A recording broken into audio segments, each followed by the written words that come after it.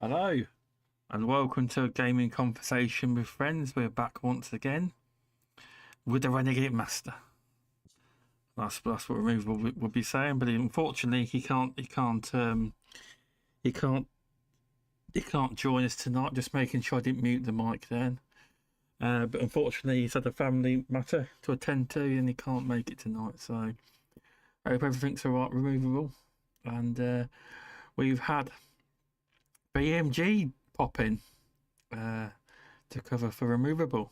How are you doing? How are you doing, BMG? It's been a while since you've been Merry on the Christmas. show. Yeah, you're getting ready for it, aren't you? Oh yeah, I've got me on me avatar. I've got my Santa hat on my logo. Changed my name to Santa BMG. Just preparing. Less than 9 weeks to go to the big day. The big guy brings us all presents. It is now, isn't it? 9 weeks. It's before you know it. It'll be gone. It will be. Well, they've switched on because obviously we got the digital radio and that over in DAB radio, whatever they call it. They've switched Yeah. on the Heart Christmas channel. So listen to the Really? odd song. Yeah, listen to the odd. They switched it on in September. Oh, crazy! Drives people crazy. It does. Some people it does.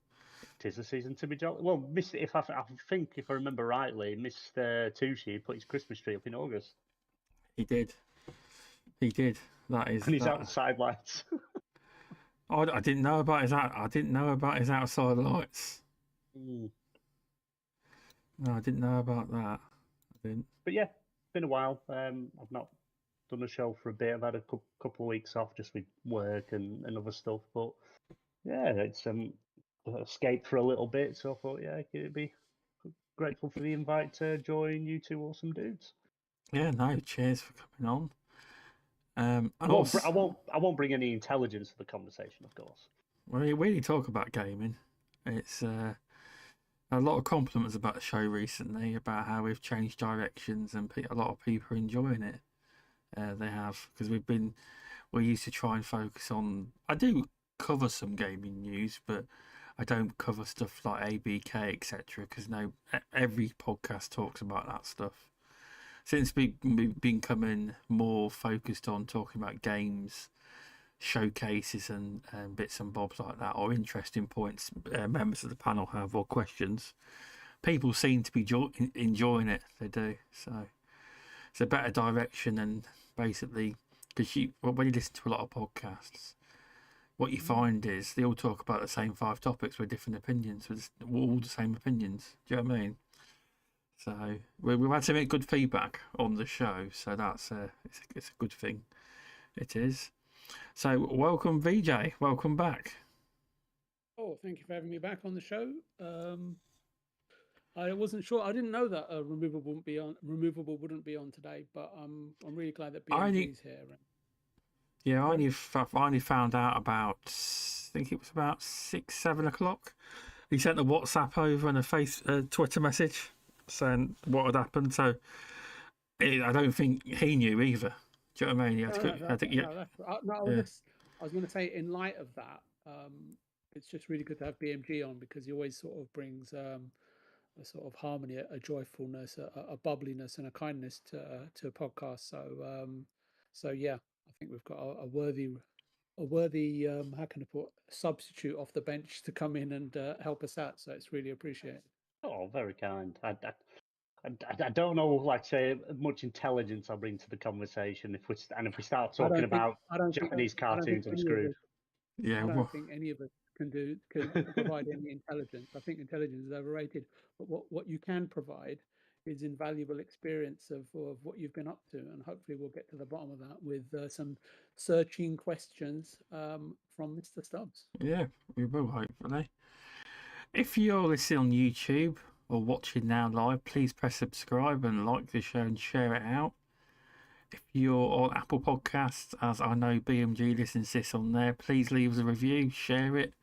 Spotify, give us a review. It all helps the show grow. But yeah, thank you. And BMG, have you been playing the game on screen? Spider-Man 2. Yeah, I have been playing Spider-Man 2. It's in fact because you were phoning me a bit earlier on, I had my headset on, my phone's on Do Not Disturb. That's why I thought you were at work. That's what I normally think.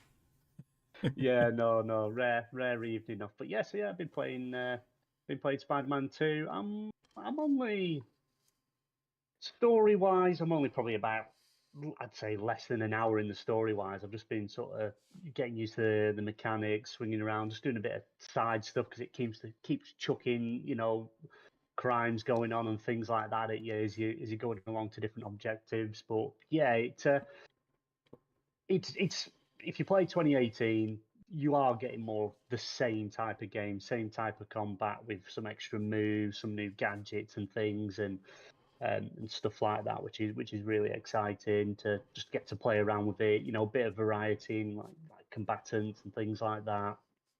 Some really cool takedowns and finishing moves. And obviously you can see on the screen, I haven't got the symbiote suit yet. I'm not obviously nowhere near that far into it, but for what I've played, I've enjoyed so far. You see Harry Osborn's back in it, so you sort of see him and things like that. But it's really good. The opening's really, really good. It's a very, very epic set piece, which is it didn't switch. Sorry, go on. Sorry, that was the question I had for you, just from like looking at the trailer and you mentioning 2018, like more of the same. But I wanted to ask you, if you don't mind, is that from a presentation point of view and from a directorial point of view, the game seems to have be leaps and bounds improved in terms of the original. And I wonder if you could speak to that. Is that a misconception, or is that something that you can quantify? Yeah, no, they've definitely. It's more of that. Think God of War 2018 to Ragnarok, where it's got that same sort of feeling, but then they introduce a load more new mechanics and flesh out the world more and things like that. It's more of that sense in, but the scale of the game, the size of the game, the stuff to do, like the web wings is absolutely awesome, fun to play around with, just to add a bit more depth into it and more getting round and like the fast travel, you have to unlock fast travel in the different boroughs, and by doing that you do like like taking the pictures, collecting items, take stuff like that, solving robberies and things like that, and then you like build up like a level of the city. And once you've done that, you can then fast travel anywhere on the map, not just particular places. Wherever you pinpoint the map is instant. It's like actually something takes advantage of the PlayStation 5's SSD. It's literally less than a second and you're back in and going again. It's insane how quick it is. Like scale wise, it's just huge. The buildings look a lot bigger. The city's more fleshed out, more detail. You're given the two options of performance mode, which has some ray tracing, targets 60 FPS, or you can go fidelity, where you have full ray tracing, 30 FPS. This type of game I'd play in 60 because it's more of a fast-paced combat, as you've probably seen in trailers and things. But it feels familiar but new at the same time, because there's just so much. Like you mentioned God of War, so I played God of War and I played a little bit of Ragnarok, and you could see that from a visual presentation it had been refined, just as you mentioned. Given that the original was on PS4 and now this is on PS5, besides the fact that it's 60 frames per second and a little bit of ray tracing, etc., and all the performance stuff and versus fidelity, do you feel like there's now that you've got it, running on the PS5 on your big TV screen, do you feel that there's a visual upgrade to the original? Yeah. Oh, 100%. Yeah, because the original was just sort of had a patch to make it run smoother and better on the PS5, but because this is built from the ground up for the PlayStation 5, visually, the detail, the movement, it's so fluid. As Luke's playing it as well, just sitting in the chat, like visual wise, absolutely looks stunning. The combat, you've got some of your basic moves that were in the first game, but they've like added more to it. Now you have like your L1 and R1, so you've got gadgets on the right, you've got your like special abilities on the left, and you can switch them in and out. You can upgrade them. You know, it's quite a good upgrade system. Like the suits, the variety in suits that you can get. I think I've unlocked the original Spider-Man suit, the one you started with in 2018. The Amazing Spider-Man suit, the hybrid suit, and there's loads more I haven't even unlocked yet because, like I say, I'm quite early in the game. It's more of swinging around, just getting used to things, and the instant switching. You can literally, if it's with the story, especially with the opening, you're switching between the different Spider-Men, so they both feel different, you know, because I think I saw a couple of comments, people saying, "What's the point in swapping because they're just the same?" And they're not. The move set, the movement, the swinging, everything's like different. And That's good to hear. and a feature they've added, which is really really cool. You could be, so say you turn up to a crime because it will just pop up, crime happening 500 meters away. You go to that, you can jump, and as you get there, the Spider-Man could be there, and then you team up together. Oh, nice. Solve it, and then they fly off and disappear. It's really, really good, really, really good. But the opening's absolutely brilliant, and I couldn't recommend it enough. It's such a good game, and I'm only very early stages into it. Some interesting characters so far that I've seen. I'm not going to spoil anything for anyone because it's one of them games you've definitely got to experience.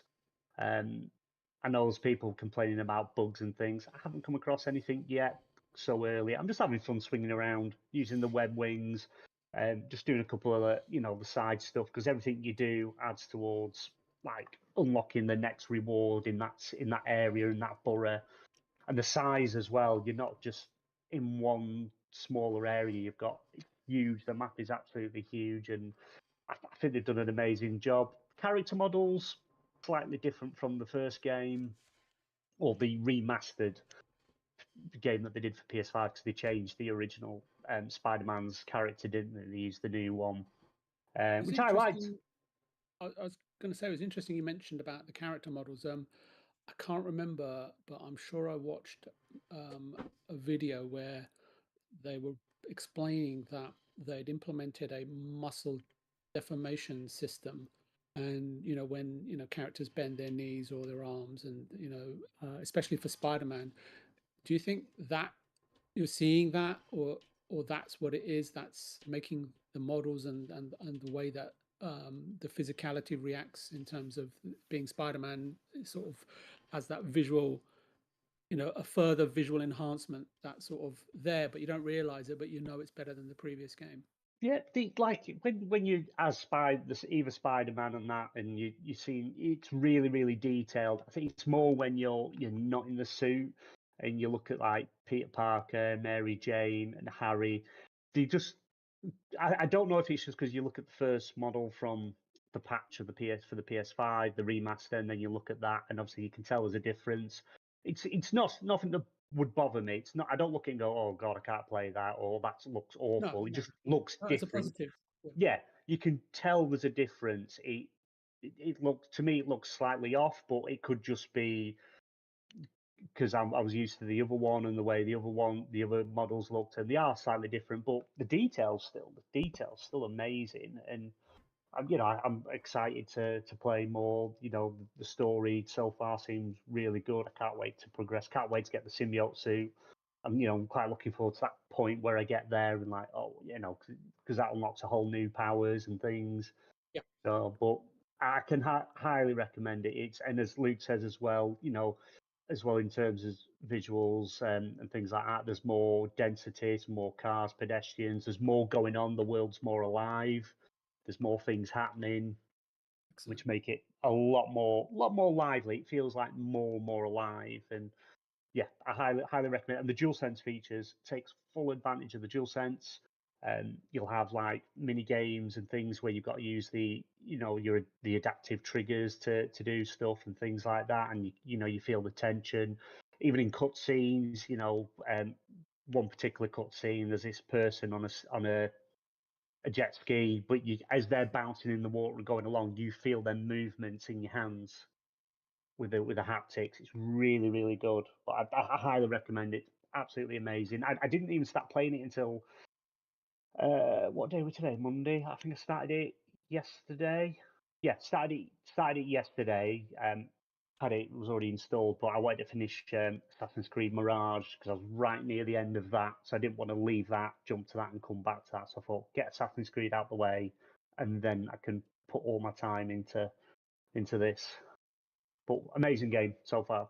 Oh, I'm good. I'm good to hear you are enjoying it. And VJ come up with some good questions for that, because it's not just quote unquote DLC. It seems to be far more. It is A far greater upgrade, and they've been improving in every area from what you've just been explaining. They've really got it. To be fair, this studio is becoming one of the best studios in the business. They're geniuses. They really are. Anyone that says that this game's just DLCs, it's just talking a load of crap. You can, from the minute you start playing the game, even the title screen is you'll see when you get there. It's like you can tell the attention to detail and everything they've poured into it. It's it's got that familiar feeling. But that's it. If it's that familiar feeling. It's what you want, though. It's like when you want a sequel, you still want it to be Spider-Man. You still want it to be Gears. You just hope it's a little bit better. And this is a lot better by the sounds of it. The swinging mechanics, all of it. It's really good. But no, it does look good. It's not something I can try out yet. I don't have a PS5. VJ can try it out though when he gets a chance. Another option, so I just sorry to put in again. No problem. With like the suits, you unlock the suits. A lot of the suits come with color options, so you've got multiple options to change in. So like you've got the basic suit. The advanced 2.0 suit is the suit you start with. That's the one you see in the trailers, and then you can have different color schemes. Like it's 3 different options, and then the other suits have got different options. There's certain ones that don't have any. But I think they're more like the ones from the other films and things like that. But yeah, there's plenty of customization as well, which is really good. But yeah, definitely got to recommend it. I wanted to ask you, you're probably not far in enough, but I do want to get some feedback in terms of the mocap for Venom and, well, by default, Stubbs' performance as Venom. I'm nowhere near that yet. If it's anything like the show, in like any of the trailers or anything like that, I think I'm going to be quite pleasantly surprised, but nowhere near there. I'm assuming, and I'm only guessing, I haven't seen leaks or anything like that, but I'm assuming that would be towards later game, if not towards the end. I would assume, because we've got the suit, so I'm assuming once we lose the suit at some point, hence whoever it is becomes then Venom. I don't know who is Venom. I've not seen any of that. I've avoided literally everything. The thing that's annoyed me actually, nothing to do with the game. It's more people on social media, the posting, and there's a couple of pictures I've seen, like the posting pictures of the game, and I know that it's exciting to share it, just but enjoy it's spoiling stuff. There's stuff that is spoiled, like the big epic thing. A lot of people have spoiled in just clips, and it's like it's one of them things you want to see for the first time and go, wow, not know it's coming. So it's and I know people want to share it. People are going to do what they want to do. I'd rather people didn't show stuff like that. Take shots of them. Where you do the photo mode and where you perched on a thing with different lighting. Do all that, but don't show stuff that shows actually the game off and enemy types. Well, BMG, you're probably going to get this reference, but remember, there's many Roy Slaters out there. Only falls north, isn't it? Yes, there is. That is very true. I did. That was a good one. I did like that. That was awesome. Is that not Only Fools? No, that is Only Fools. Yes, I thought it was.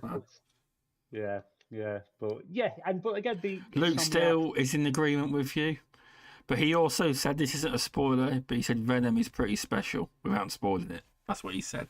Yeah, and I'm hoping that's when it's good to know that is that. I did assume it would be, because Insomniac don't really do things half-baked when it comes to the big set pieces and the villains and things. So, but yeah. So like I say, Luke, I've seen some of the stuff you posted is completely.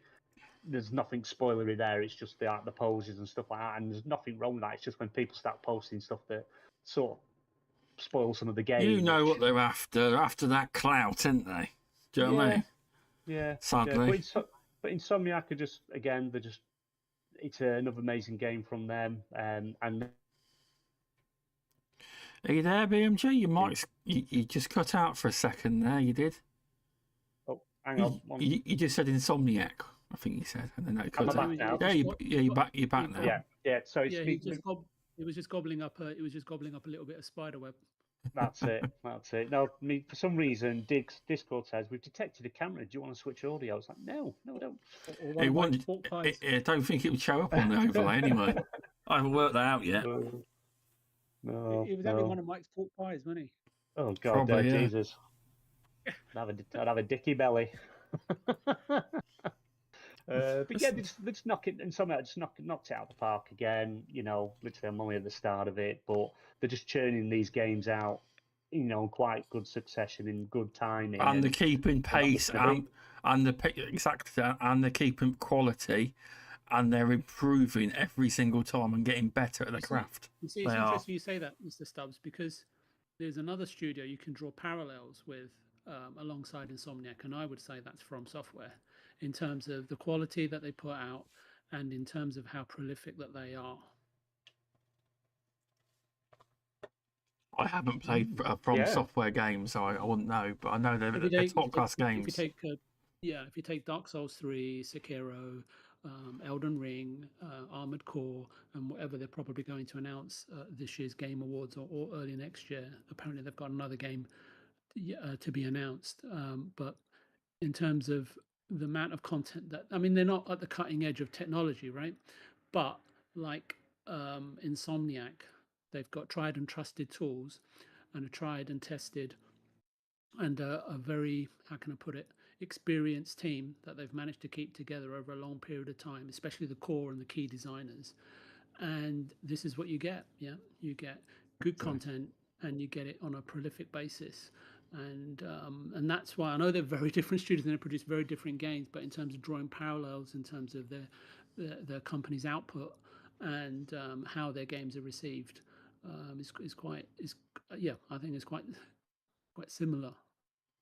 Yeah, makes you think what they're going to do for Wolverine, because I know there's like a couple of snippets that have come out on aiming for late 2024, possibly pushed to 2025, but mainly for 2024. The team now has moved over to Wolverine, or the majority has. So, before the show started, you weren't in.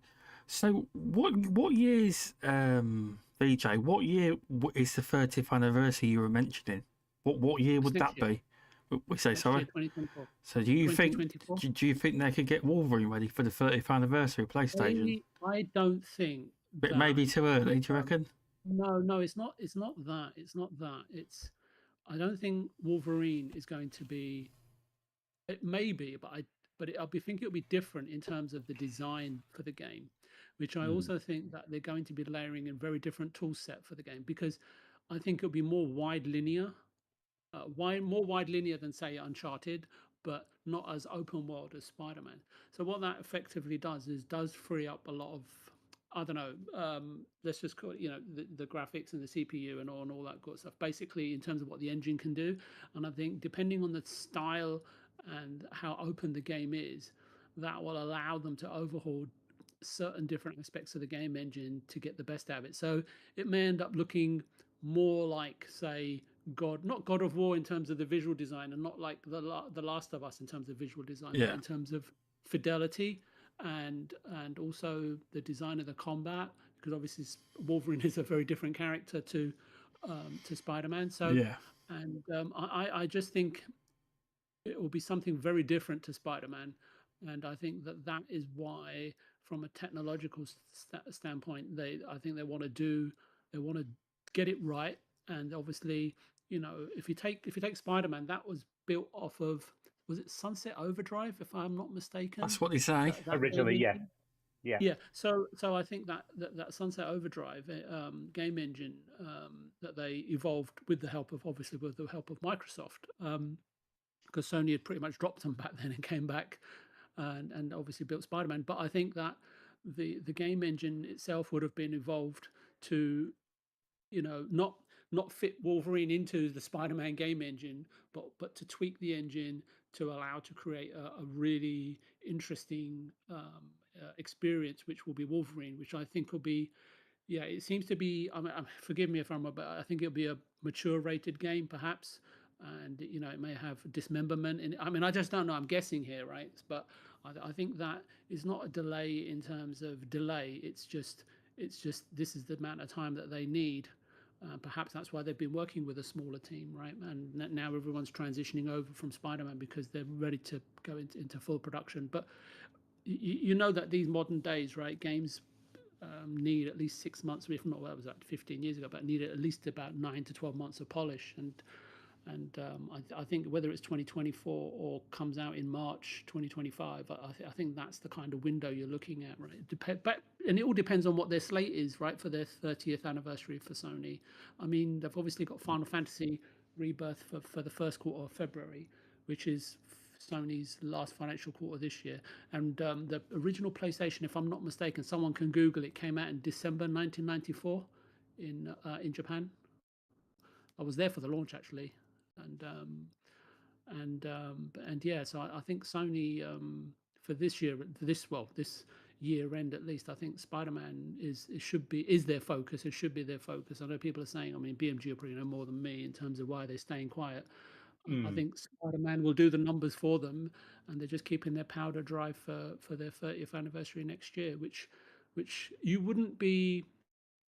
I wouldn't be surprised, if people would. I mean, I know beliefs are a very dangerous thing, but you'd be hard pushed not to believe that for the 30th anniversary, that Sony would have some special games to be launched and perhaps to be announced. But I don't think that they would push something through just to get it out to tie in with their anniversary. And disqualify it in terms of before it's out of the door in terms of the quality that they want to deliver. They never especially rush. with the studios under pressure to get very high Metacritics, which which apparently Sony are very sort of pent up on, if that's to be believed. But it's all purported information at the end of the day. But it is their 30th anniversary, and it should be really exciting.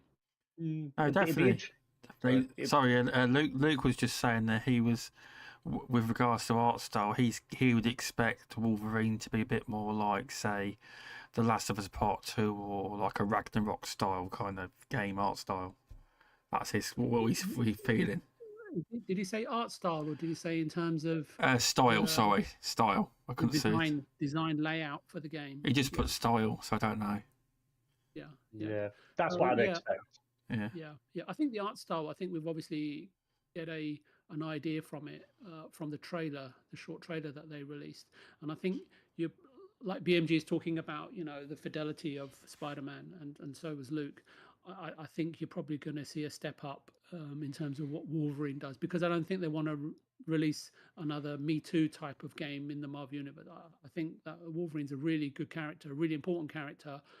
It could be a breakout seller for Sony. I mean, I'd have preferred a Daredevil game. I'm not going to hold that back. but I think Daredevil probably would have ended up, pretty much being a Spider-Man clone, where Wolverine allows them, like Luke is saying, echoing as well, that it'll be, perhaps a very wide linear game with a lot more layers of tech or tools in place. Especially if the bar fight. Can you imagine? All the destructible environments, bottles flying everywhere, and chairs flying around, and blood splattering up all over the place, over the pool table, shall we say, of the green bays. But yeah, it's just really interesting what they're going to come up with. I'm quite gutted actually. They're talking to Daredevil. They've done was it the first 3 episodes of Daredevil Reborn, and they've obviously the studio Disney have looked at it and they've scrapped it, and they've now looking at new directors, new writers, still the same cast, so that's now on hold indefinitely until they come up with some new. So that's it, because that should have been out, I think, early next year, March, April next year, I think it was. Oh, okay. But now it's we're not getting that probably for till 2026, late 2025. When you strike gold, like Netflix had I think I know that they took the rights back. I mean, I can't remember exactly that they wanted to make it in house, or Netflix decided not to do it. They should have worked with Netflix to say, okay, let's see if we can. This is working. How can we continue to work together? Like they struck a deal with Sony, right, for Spiderman. But I know that both parties have to agree, and that may not have been the case. But sometimes when you strike gold, you should try to maintain it for as long as you can. But perhaps I mean, I watched all the Daredevil, the 3 seasons. Was it 3 seasons? BMG? Yeah, I can't yeah. remember. And they were really enjoyable. But I was wondering where is it going to go next?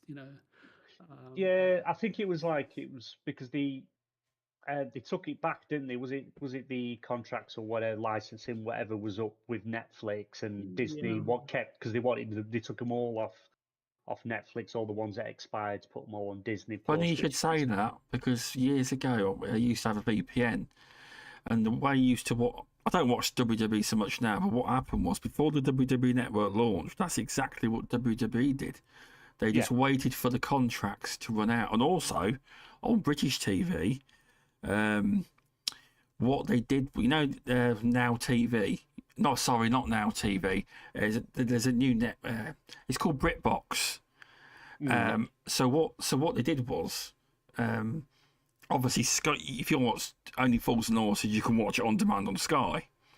But that's the only way. But the only service that's allowed to have like Only Fools and basically BBC content is a lot of it's disappeared off Netflix. It's all on BritBox now. So if you want to watch it all, you either have Sky or you have BritBox, but they're all pulling it back into their own services.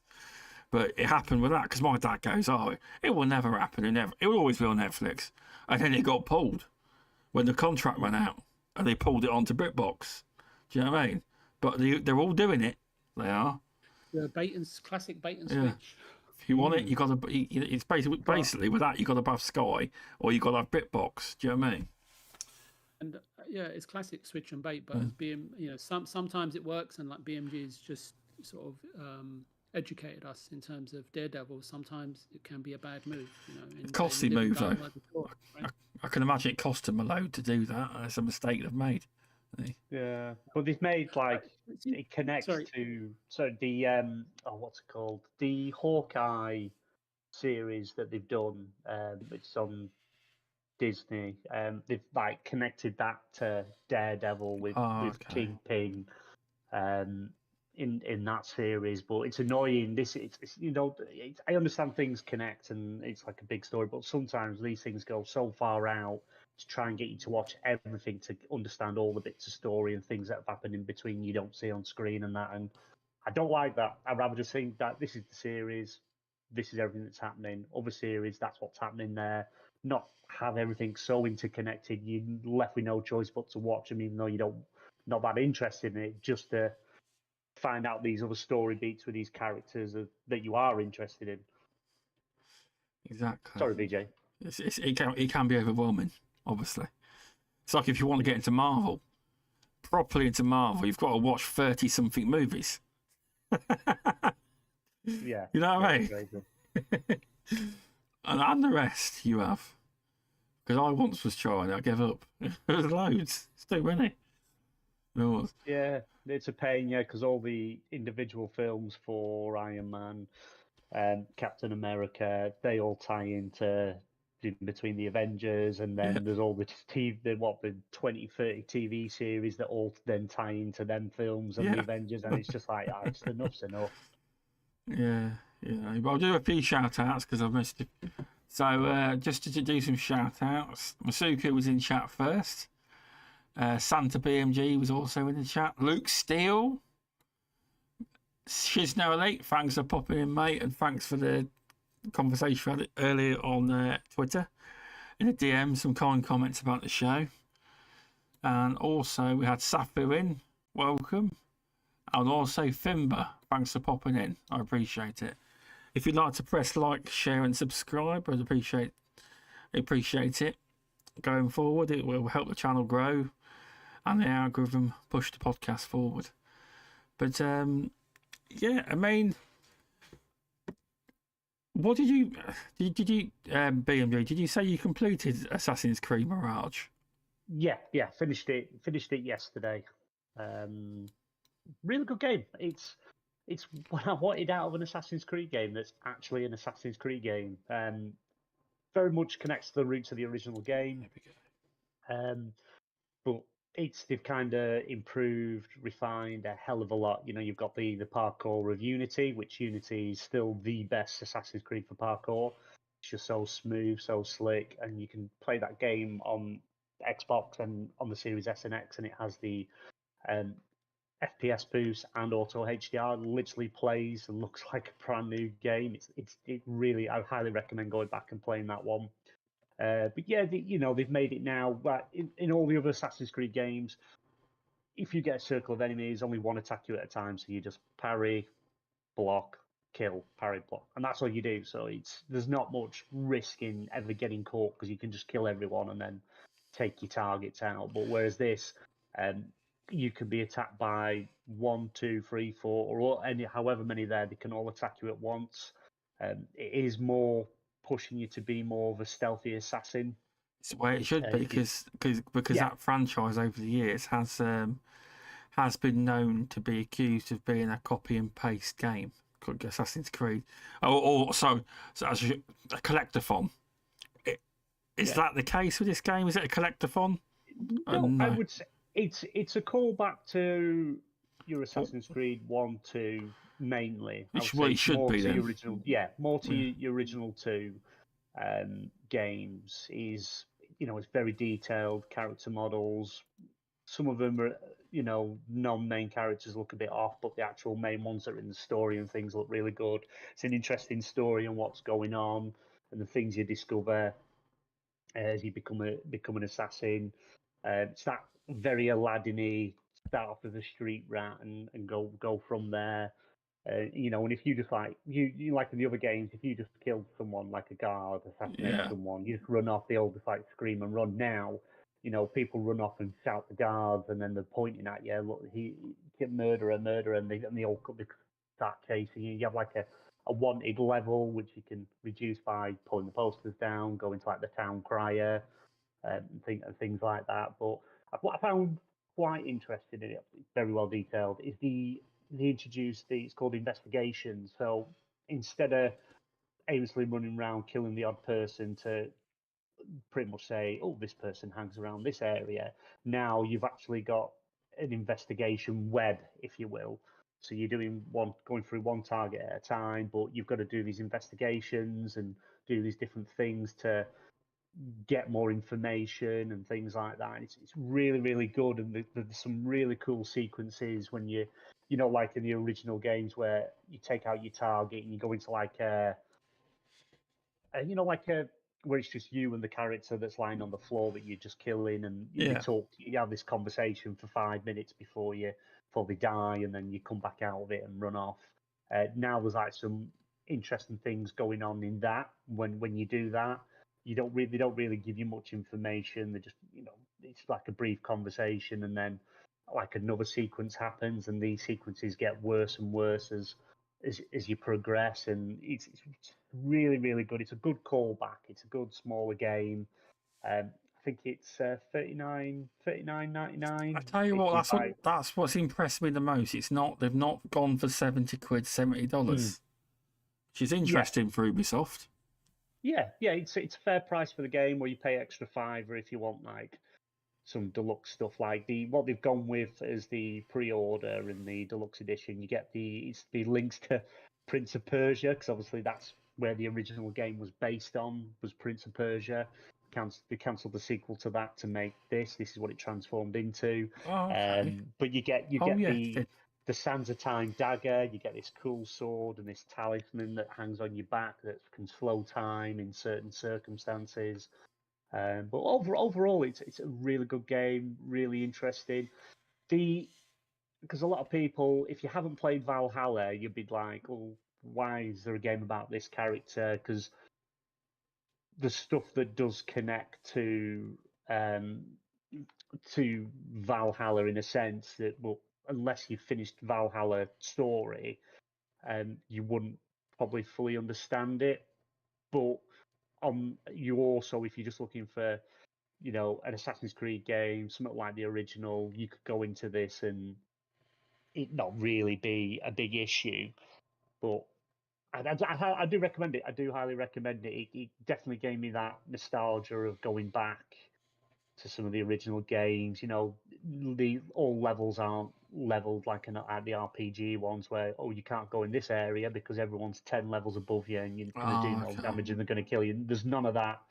It's you can go anywhere on the map. It's not a giant, huge map. It's big enough.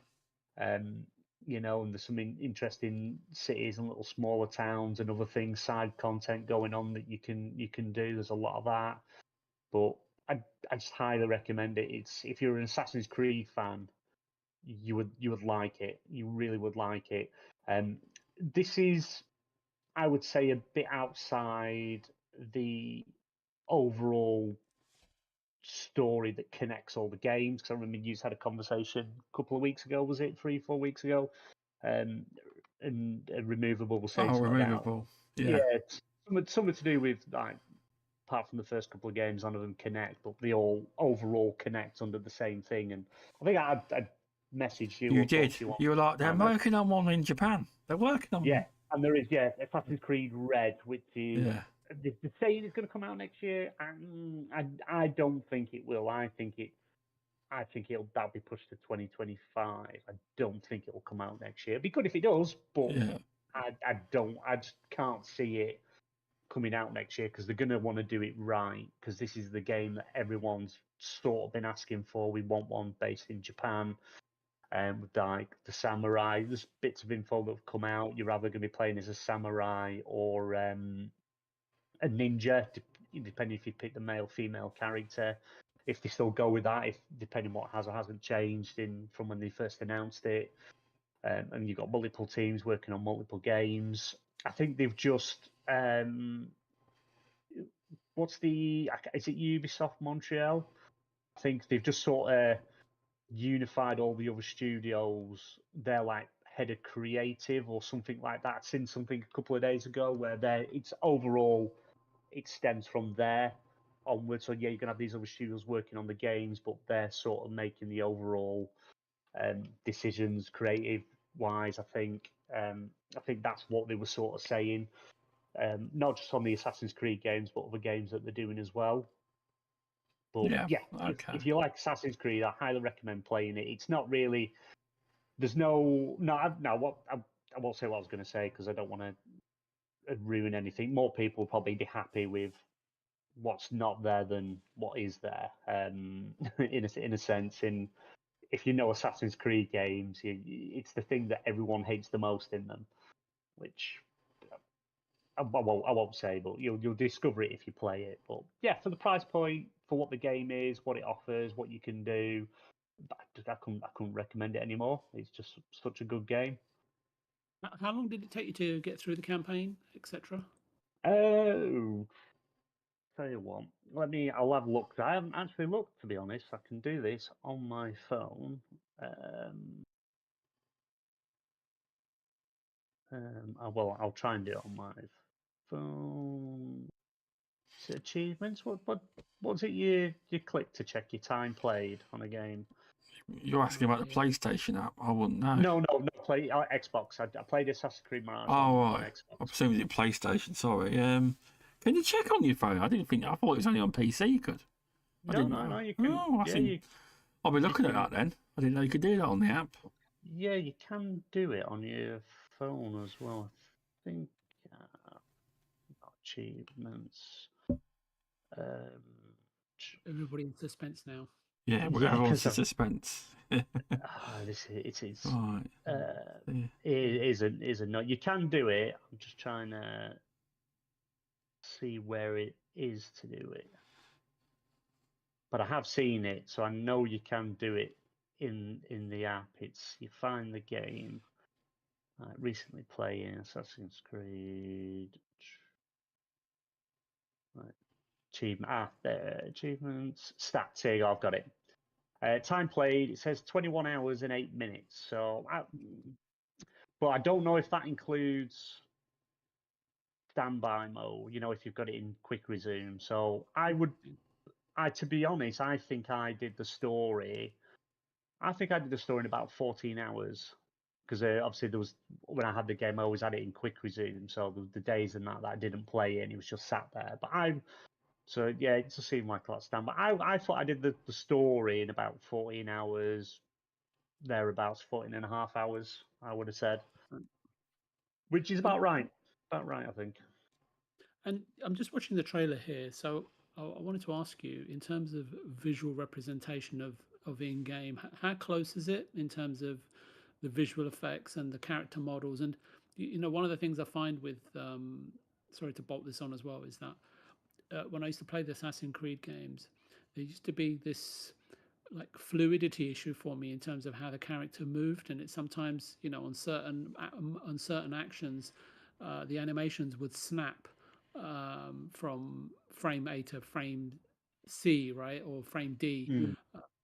It's like slightly jarring, and I wanted to know, like, because this is like, I don't know if this is made for the PS4 and Xbox, or if it's just purely No, for next gen. But next gen how only.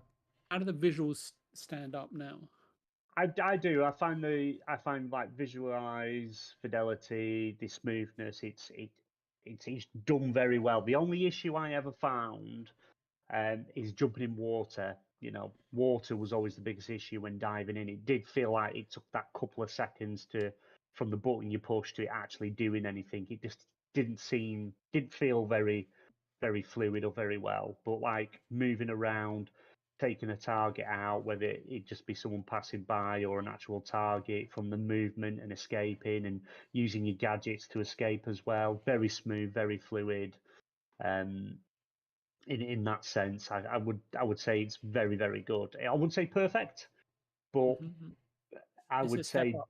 it's very much a step up. It's a very high step up, I would say, and the fact that they've done it for just the PS5, Series X and S, and obviously PC, you can tell that they've sort of utilised a lot of the capabilities of the consoles to have it run so smooth, going from non-combat to combat to being chased and climbing up buildings, and you know, like as you can see in the trailer, and that sliding under things, jumping over things, chasing people. Yeah. Very smooth, very smooth. It's and very fluid. From how you see it plays, it's really good. The animations, the kill animations, some of them are just so, you know, you're just like, whoa. It's just really, really good. And the more I find you get more out of it once you sort of learn. They sort of teach you, is when you be starting to do your training as an assassin. When they're teaching you like the buttons and controls, you're parrying, you're dodging. You know, there's visual cues like in Spiderman, where something's about to hit you, it goes from white to red, and this you have like yellow to Yeah. red, so you can, and you know when to time things, and then that's how you time it so smoothly from one animation to another, to one move to another. It's really, really smooth. You can But tell it's, they put a lot into it. yeah, to sell a game or an aspect of the game in terms of combat and movement for a game like, say, Spider-Man or Assassin's Creed, the biggest challenge that an animation team has is not necessarily the style of the motion, but in game, it's about getting the weight right for every execution, whether it's a step you take, whether it's a run, whether it's, you know, leaping over your adversary and then stabbing them in the back and then pulling the knife out. It's all weight related, Yeah. And that is why some of these animation teams are bigger than any other team, you know, than you know, whether it's environment design, environment artists, you know, AI or physics or programming or character model builders. So the animation teams are getting huge, and one of the games that does it really well is obviously The Last of Us Part 2. It does it phenomenally well, Yeah. and most other games just can't quite hit that high note, or hit that crescendo, but Last of Us 2 does, and that's why I was really interested, because obviously when you watch the Assassin's Creed trailers, then they're fantastic, and most of them are, you know, built out a house, right, with game assets, and then which are rezzed up, etc., and then, you know, loads of filmic layers put on top. So, and if you look here, if you look at, you know, the populated environments, no one's wearing the same costumes, right? But when you actually play the game, you know, several NPCs seem to just mirror each other from left to right, you know, depending on your visual viewpoint of the game. So was just things like that, and I can understand it on last gen, but I was just wondering if things like that had been reworked or improved, given the tech that and the power that they have on hand in terms of how much more real and populated everything felt, when you were playing it. Oh, very. It's like I say, the density of the people around, things going on. It's always, Unique busy. assets. Yeah, and like the running between, say you're being chased and then you've assassinated one and then you start being chased by three others and you run, running through crowds and things. The movement to like dodge people, slightly push people out the way or slide past them and things like that. It's like really, really smooth. You can tell they nail back down to make sure it feels good, it feels right. You feel like this assassin that's agile, that can move quick. And there was like they introduced this thing called focus, and essentially Yeah. you can level up this focus to get more bars. So you can say you've got 4 focus bars. Say you're hidden out the way, you can target 4 different enemies. Click a button, individually target them, and it goes into this like zip mode where it's like an outline of your runs, but it's like goes fast, slow motion, kill, slow motion to the next one, kill, like really quick, and then you come out that sequence straight away, nice and smooth, and then you're off and doing what you're doing. It's not like a pause, stand still, Yeah. and then you move. It's like boom, you're going, you're moving. So it's really good, really good for what they've done, for what they've made. I think it's a really good game. They have got the usual store where you can buy stuff like different outfits, mounts, and stuff, but I don't think anyone Uncle really Albert the need Beard. it. Yeah, oh, if only if there was an Uncle Albert skin, I would buy it. Whatever it costs, I would buy No, it. just the beard, just his beard. That's it. And the hat. You've got to have the hat. You've got to have the hat as well.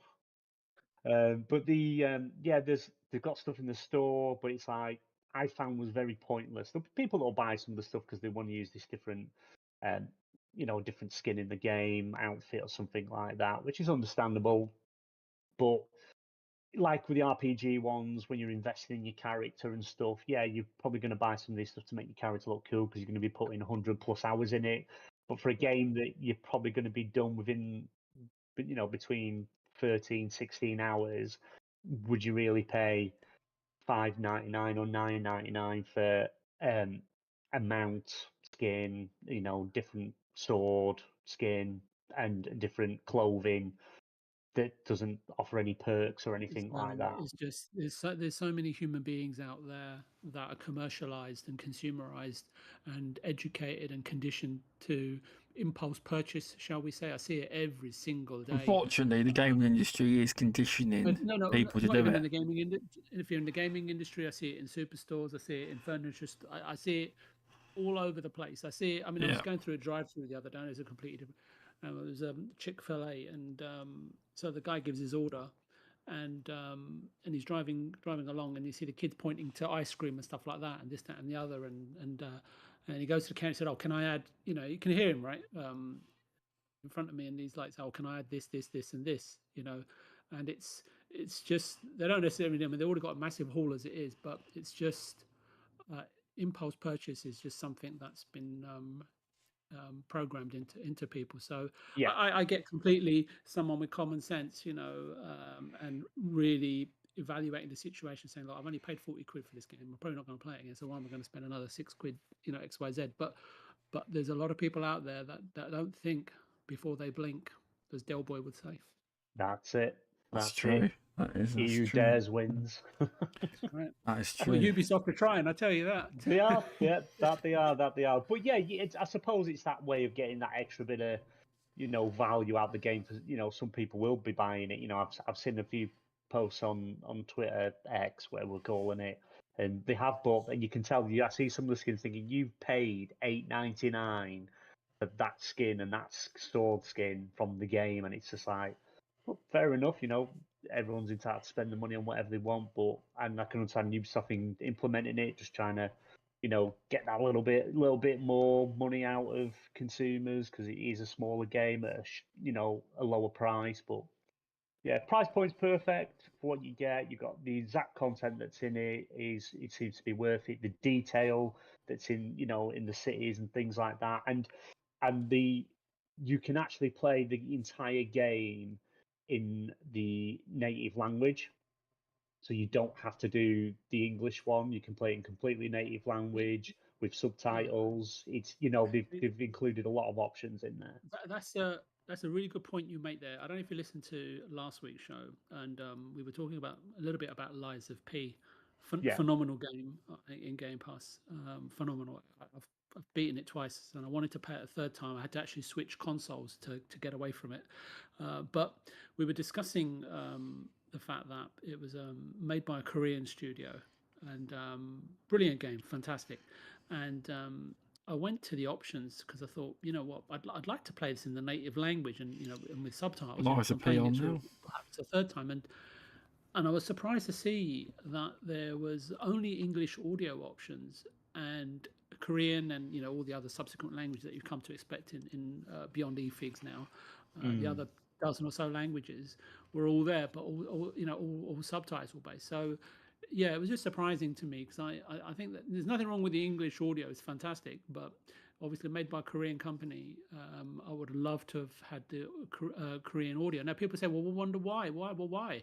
Because and then Removal and I, explaining to Stubbs, and not that he was complaining. No one. Now, since that conversation, I have seen what you mean because I'm currently playing Yakuza Like a Dragon in English dubbing. Now, why it's good, I do see what you mean because there's the English dubbing is great. But some of the nuances, like, when a big badass dude's going to beat you up and he's taking you on, and he's going, "Come on!" It doesn't sound very good. It sounds more badass in Japanese. Do you know what I mean? Yeah. It doesn't sound right.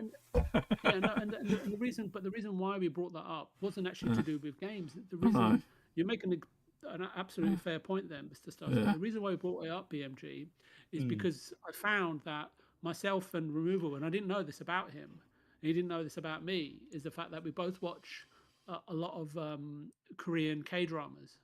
And I've been watching them I've been watching them for almost 20 years, right, since 96 or something like that. When I first picked up my first K-drama, I think I was at a library and they had a section where they were selling K-dramas.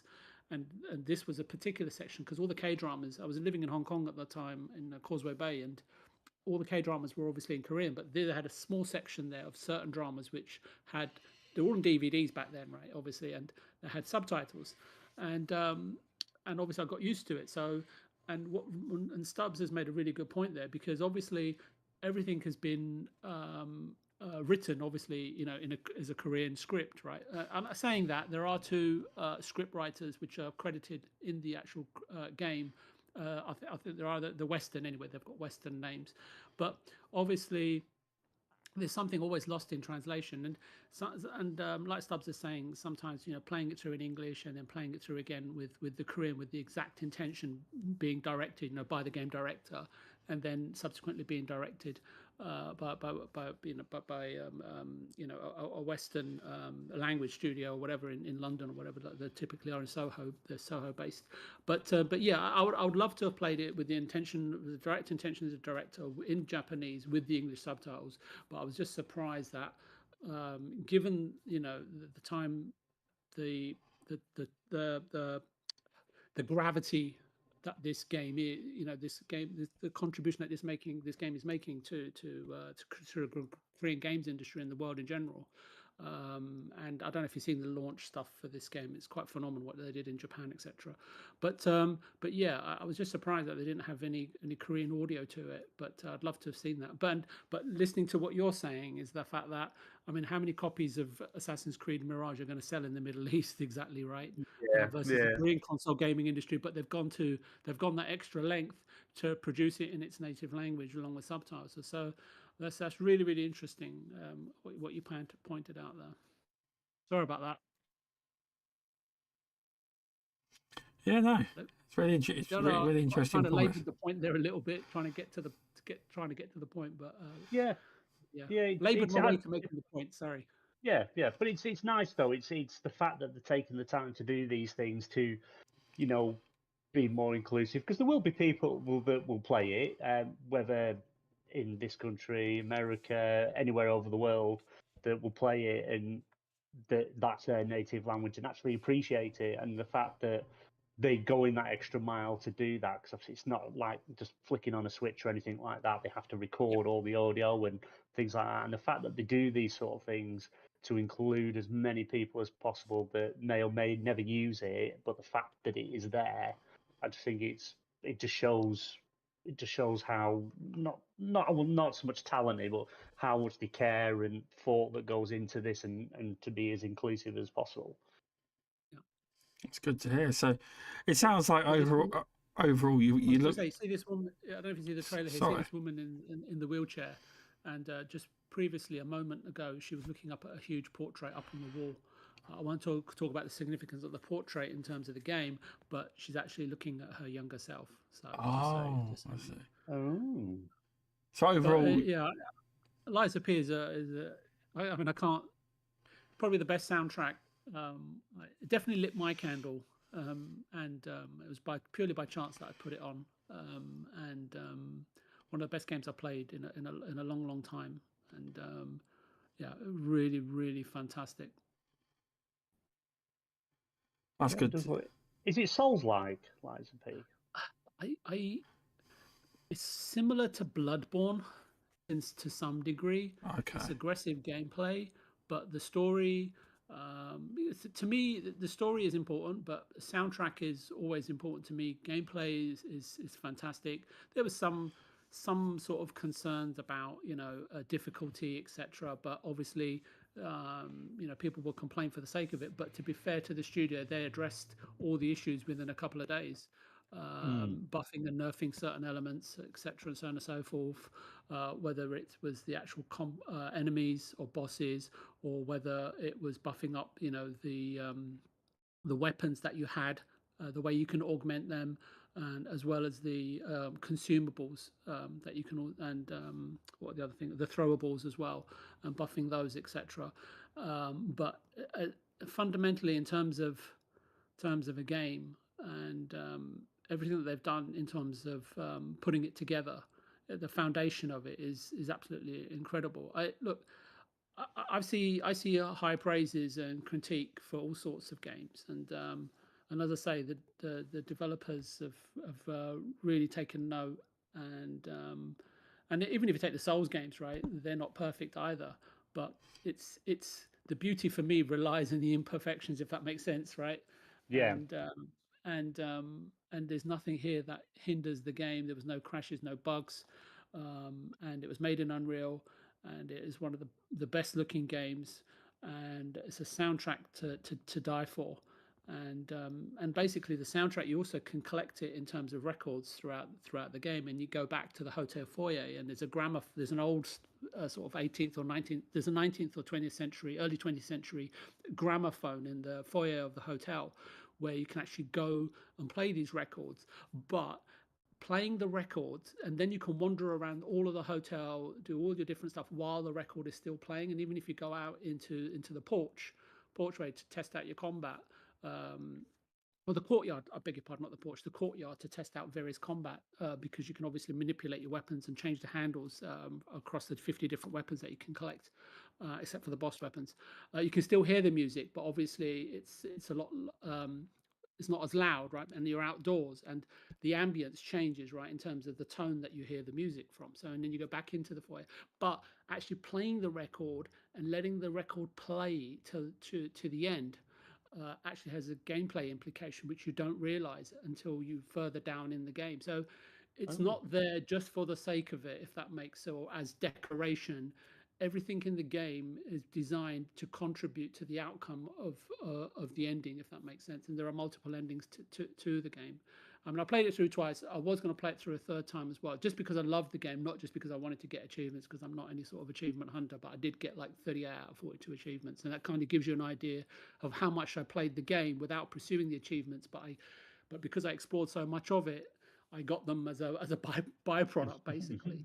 So yeah, so look, I mean, I was saying to Stubbs, you know, my plan was a couple of months ago we were doing a show was to play. I don't know if you remember the game Sea of Stars that was coming out. Sea of Stars came out on Game Pass on day one. Then I was going to play Starfield and Spiderman, and it was funny. I was saying to Stubbs and Removal so much for best laid plans. I've ended up playing Sea of Stars, Celeste, because Starfield wasn't out, and then I was supposed to play what was that game, Payday 3, with the removable to like in co-op mode. It didn't work. The servers were down. I plugged in Lies of P. I couldn't put the game down, and now I'm playing Divinity Original Sin 2, a game someone recommended to me 3 years ago. 3 years ago, I bought it a year ago, and now I'm playing it. And I think a lot of it's down to timing, but again, I'm just so absolutely grateful because Divinity Original Sin, you know, I was telling Stubbs behind, you know, before we went live that it's the first game that's made me feel like I'm 7 years old again. And every time I put the game away, when you're in, you know, sometimes you're in a dual state and a non-dual state. So I came back to being in a dual state where obviously you still perceive you perceive as the I, right? I noticed this sort of like joyful like smile or grim or a grin, you know, like a kid would have right across his face, and I didn't realize that while I'm playing the game, and it's still having that effect on me. And I'm 40 hours in and only in the first area. And but yeah, it's I'll tell you one thing: if the Fable, I know Fable's being reimagined or redesigned or remade or recreated or whatever, like God of War 2018 was, as you mentioned, BMG. But they should definitely play this game. The designer should definitely have a look at this game. I would suggest because it captures lightning in the bottle. And you know, games, right? They have so many facets in terms of design and play and gameplay wise, and you know, in terms of capturing the gamer in terms of not just mechanics but imagination. And this game does it on every single possible level. And I didn't want to come on today, so I was so busy playing it. I get up so early to play it. But yeah. So anyway, from Lies of P to Divinity Original Sin, yeah, you make the connection. Yeah, no, it's good to hear you. It's a good time to be gaming, as Paul AFC said in the chat when he joined. Welcome, mate. But yeah, you are right, VJ. You had a completely different plan for the rest of the year, and you've completely tipped it on his head. You have this year. There's that many games. I switched to the PlayStation because I just had to get off of Lies of P because I thought that's the only game I'm going to play now from now on, you know. And then I bought Divinity Original Sin 2 for $20, and I think I gave a shout out to Dr. Peter Hodges, an old friend of mine, who mentioned to me I should definitely give it a go because I worked with him for quite a while. But I mean, I can talk about Divinity Original Sin 2. It's a 6-year-old game, but very few games stand the test of time. And, yeah, you can say your thoughts on it. I haven't got a trailer for that actually. No, I mean, I mean, I can talk about it, but I mean, I don't want to put BMG to sleep. Oh my goodness, he's fallen asleep. He's gone. I'm here. No, I was messing me for some reason. My microphone like just switched off. Discord switched it to a device that I haven't even got plugged in. So I was just yeah, I did wonder why your microphone funny. I just thought you kept moving when you were moving around your microphone. No, it's just things playing up. Don't forget, my PC is a potato held together by dust, so everything's delicate. Blue and sawdust. That's it. That is it.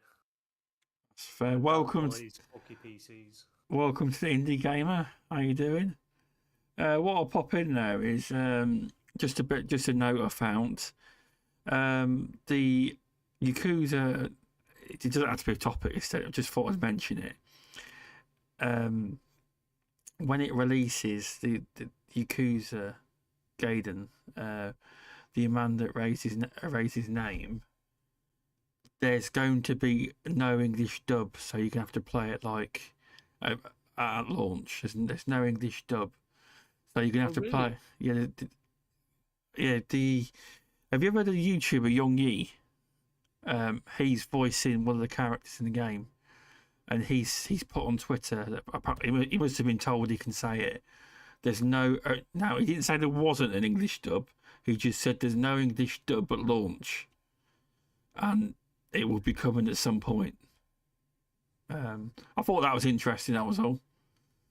Yeah, I think Yakuza 6 also doesn't have an English dub. But, that was mentioned. That also mentioned as well. So yeah, but whether it comes or not, but he just put there won't be one at launch, so he didn't say whether there was going to be. But I thought I would just mention that. Not that it would become a big topic, but I just thought I'd mention it for people that are excited for that game. So as all the other ones, all of the previous games, you could play in the native language and English subtitles. This is the first one that hasn't had that at launch. No, Yakuza Like a Dragon. That's got English dub. That was the first one, wasn't it, Vito, with English dubs? Yeah, I think when he means English talking. You got the idea, didn't you? Yeah. No, I had no idea. Yeah, I'm well behind. Yeah. When the original Yakuza series came out, I think it was on PS2, PS3. They were obviously all in Japanese with English subtitles. When I think it was PS4 BMG, when Yakuza 1 and 2 were remade in terms of Kiwami 1 and Kiwami 2 on the back of Yakuza 0, those three were all made with English voiceovers or dubbing, as you'd like to put it. Yeah. And that was them trying to expand the franchise to a Western audience. Then subsequently the Judgment series and as Mr. Stubbs has mentioned, the Yakuza, the Like a Dragon series with Ichiban-san, whose first game came out, and obviously the second one, Infinite Wealth, is out in January 26, also has English language. And then for some reason, Yakuza 3, 4, and 5, I think, which have never been remade but have been remastered, retain the original Japanese language. And Yakuza 6 also retains the Japanese language. Why, I'm not sure. And but obviously, I think it's probably a call from Sega in terms of that. Look, we've remade the first three games. We're going to make them. We're going to dub them, see how they do, and that will perhaps determine the Like a Dragon, the Judgment series, and future Yakuza games, whether they'll be dubbed or not. It's interesting that this particular game, the man who erased his name, doesn't have it at launch. So, and it's interesting. Obviously, the two other series have English as heavily invested, high quality dubbing. So, make of it what you will, but that's the landscape that Sega presented us with. I don't have a problem. I know some gamers. I think Removal was mentioning last week that have an issue with listening in the original language and reading the subtitles, and keeping an eye on what's happening in the gaming environment in terms of a visual perspective. So yeah, that's the lay of the land. Fantastic series, all three of them, all very different, with different protagonists, and I'm definitely looking forward to this game. And I'll tell you what it is, BMG. Obviously, you've played the Assassin's Creed, but the way you described Mirage in terms of pricing, in terms of hours of gameplay, in terms of the fix it gave you, and the changes you liked, perhaps you didn't like, and so on and so forth, because I'm not that familiar with the game. This game here is also like $50 over here versus $70, but it sounds very much like Assassin's Creed Mirage. But what Sega have made very clear is that obviously this is post Yakuza 6, and post Yakuza 6 leaves a bittersweet ending. So I'm really glad that they're making this next game with Kiryu-san, and hopefully telling us more about what happens to him post Yakuza 6. But it does dovetail neatly into Yakuza Infinite Wealth, which he also stars in. So it's like a prelude, right, to the main course, if that's the right word. So yeah, really looking forward to it. And hanging out in Pink Street with Stubson, which is the red light district. If you're entirely sure. Or should I say the orange light district, or dark orange light district? Masuka would know all about that.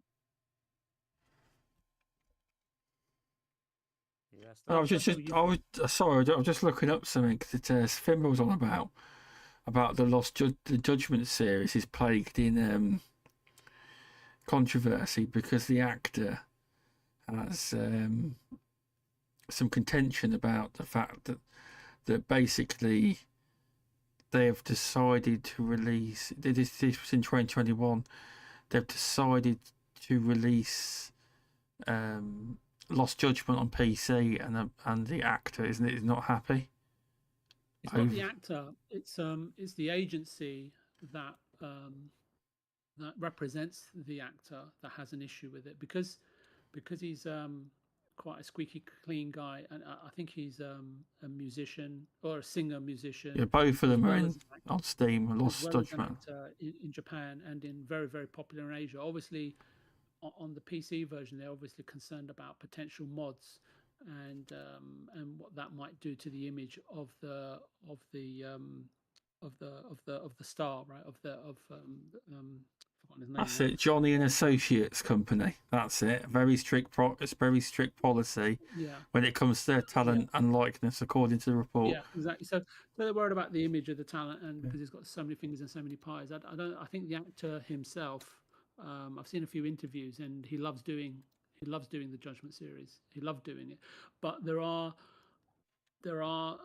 possibilities that they may just replace him with somebody else, which I hope they do, because the Judgment series in itself is absolutely brilliant. Completely different to the Yakuza series, where Kiryu-san's Yakuza ex Yakuza, throughout his journey of the 6 or 7 games, and then where the protagonist in the Judgment series, he's an ex-lawyer turned private detective. So interesting. We didn't want to know all that, did you? No, but I think the Judgment series, is it Judgment and Lost Judgment? They're the two games. I think wonderful games. Currently on the PlayStation Plus Extra subscription service. Potentially, yeah. I mean, I played them at launch, so I'm not sure if they're in the service at the moment. Yeah, I think Lost Judgment definitely is. I'm sure I'd seen that the other day when I was flicking through to see if there was anything new. Oh, I can hear my wife shouting at the dogs outside. I'll see. Yagami-san, yeah.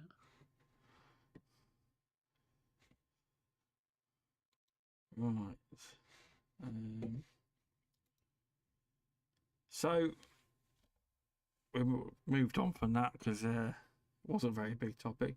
With regards to Halloween games, spooky games, are any of you into it? Playing spooky games like Halloweeny games, I suppose. Well, Liza P. Besides Hollow Knight, no. Well, Hollow Knight would be. I'm pretty sure that would be regarded as spooky game. It's in the dark, under the ground. And BMG, are you a fan of Hollow Knight? He's completed it 6 times. No, I haven't played it. No, I did download it once. I think Indy might want to have a word with you one-on-one privately. He's already had a couple of words with me, and I keep saying I'm going to try it. I'm going to try it. I'm going to play it. That's it.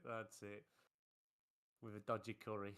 I downloaded it a couple of times, but every time I've sort of come in to play it, there was something else that dragged me in a different direction, and then I ended up just deleting it off the console because I made way for other stuff, and I've just never. Looks interesting. I don't know if it's my type of game. I would probably give it a try, but it's just getting the time now to fit it in. There's just so much to play that I've got my list to play by the end of the year. Because I've sort of want to do Cyberpunk over Christmas, or make my way through Cyberpunk over Christmas. I've got loads of Destiny content there. In fact, their Halloween stuff, Festival of the Lost, has just kicked off last week. So it's like I've got that stuff to do, as well as do Spiderman, as well as finish Starfield. It's just like, too much to play. But I did, we did play, because I love horror films. I love horror. Gorier, scarier the better. But when it comes to the games, I don't like being spooked in games. It just, we'd been over on XPN, we did, and I own them all, and I don't know why, but I like the Dark Picture Anthology, which they're all currently on offer at the moment. we started playing Little Hope, and this little girl just kept appearing and freaking us out, and I couldn't play. I just got to the point where I was like, right, we're gonna have to like finish, because I need to go. We've got stuff to do. It's like I can't play this game anymore. I'm gonna have freaking nightmares. It was like, yeah, horror games don't really do it for me. I love the Alien films, so I bought Alien Isolation. So I thought, oh well, I'm gonna really enjoy this, and I couldn't play it. The fact that I was being hunted and this alien was just like randomly popping out from places, and I just couldn't play it. I'd stop playing it. Really? And yeah, I just couldn't do it. It was the atmosphere, everything. It just freaked me out. I was like, no, I can't do it. And I played when I had the PlayStation VR 1. I picked up, and I don't know why I picked it up because I knew what I was sort of letting myself in for, but I wish I didn't. Paranormal Activity for the PlayStation VR, and it's like plots you outside this house. You're walking along, you look at this house, and you see like this freaky person in the window, and it's like, why would I go in that house? Why? And I know the game's making me go there, and it's like, why would I go in this house? It's just stupid. There's a crazy flash of someone in the window that's now disappeared. The house looks freaky and scary as hell. Why would I go into this house? And I'm like, right, let's just go in. So I went in, looking around, a couple of things knocked about, and then I could hear a tap. Like, what the hell's that? So I walk up the stairs, and I'm coming down this corridor. The tapping's getting louder, and I'm thinking, I really don't want to look around this corner. So I peek, because obviously with the VR, you can peek around, so I peek my head around this corner, and there's this like freakishly looking woman in a white dress, and she's like got a hammer, and she's putting boards on the window, and like I moved slightly a bit more, and she like stopped tapping, and I'm like, I could feel my heart going then, and like she just turned her head round, looked at me, screamed, and charged at me, and I went, nope, headset off. I went, not playing that again. That was it. That was the last VR game I played because I just couldn't play anymore. It proper freaked me out. Yeah, VR VR sounds kind of scary. Yeah, it's not fun. It is not fun. It's some games fun. I think the funnest game, the two of the fun games that I really enjoyed in VR was Star Trek Bridge Crew, which you get a team of 4 of you. One's the captain, one does weapons, one does shields, one does flying, and it's really, really good. You work together while you sat on the bridge of the ship. You can do all the controls. It's great, good fun. And Werewolves Within, where you all sit one or 2 or 3 people are werewolves, and you pretty much got to figure out who's the werewolves and eliminate them, which is really fun game, really fun game. Get heated. Some people take it too serious. But yeah, horror-wise, I just don't know why I play them. I think we're planning on getting through a couple more, and I just don't know why, because they just freak me out, and I don't settle well. Everything just terrifies me in them, and I don't even know why I play them. You don't play the Resident Evil games at all? Nope. Love zombie films and stuff, but in games, nah. Can't be doing it. There's just something wrong about it. The only thing I liked of Resident Evil 8, a Village, was from the bits I've seen of that big tall lady with the huge breasts that everyone wanted them to stand on them. Oh, Lady Dimitrescu. That's it. That was the only thing that interested me in it. Yeah, no, I really enjoyed that. I played it through about 1.7 times. So I played it through once, and I played another 70% of it straight after. It was a fantastic game, and yeah, I don't think you'd survive. No. How about you, Mr. Stubbs? He's fallen asleep, isn't he? He's gone. Oh my goodness. Stubbs, are you there or? Yeah, I'm here. Did you wake up? Yeah. No, he was too scared to. He was scared of Sonic on screen, so he hid under the desk. Oh my god! Why show this? Why get that? Well, it's took you a while to notice. I put Sonic on. Well, it took quite a while. Where I've got my screen, it's like I put some Halloween footage on for you. Sonic, that's your Halloween footage. Like the violin Sonic here, look for you. You know what? Something Sonic related. I was going to send it to you, BMG. It was an ashtray I found, a Sonic ashtray, and I thought it must be a knockoff or something. Anyway, I turned it over, and I found it in the garage. It's from 1991, and on the back, it's actually manufactured by Sony. and it's got all the made in Japan, all the Sony logos and everything on it. And yeah, I'll send you a photo of it. But yeah, it's over it's over 30 years old. Wow, that's actually really cool. And I suppose a sonic ashtray is not that bad because you can just keep putting your fags out. You know, if whoever smokes. Well, no, I thought you'd probably get off on it. Yeah, that's it. Just stabbing it with the cigarette just butts. on his eyeball. That's it. Yeah, that would give me some satisfaction, I think. Oh. How about you, Mr. Stubbs? Halloween games. I'll tell you what I do like. I've not played it in ages. It's quite fun with friends. This is. I don't know if the Xbox servers are still online because of or it might be that it's been pulled from sale. You can probably still play it. It's the Friday the 13th game where you can run around as Freddy. What's his name? Jason. There was some controversy because they got permission, then didn't have permission. Then it's a bit weird the cases, but I think it might be. You probably can still play it on Xbox now, but you probably can't buy it. But it's quite a fun game with friends. Not played it in a long time though. It's like an online game. You play with other people. That's quite fun for Halloween. Yeah, it's removed.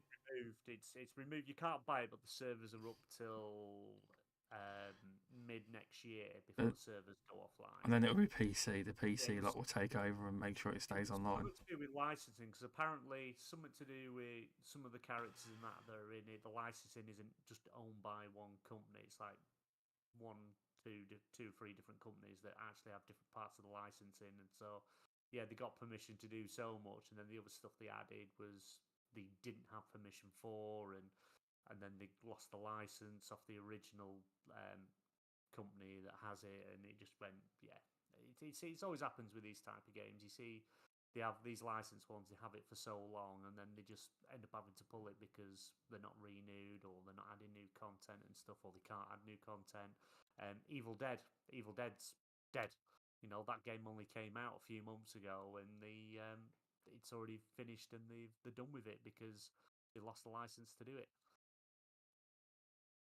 It's like the licensing is a major problem, because it's like the same thing with a lot of old Sega IP. Oh, why don't they bring this back, that back?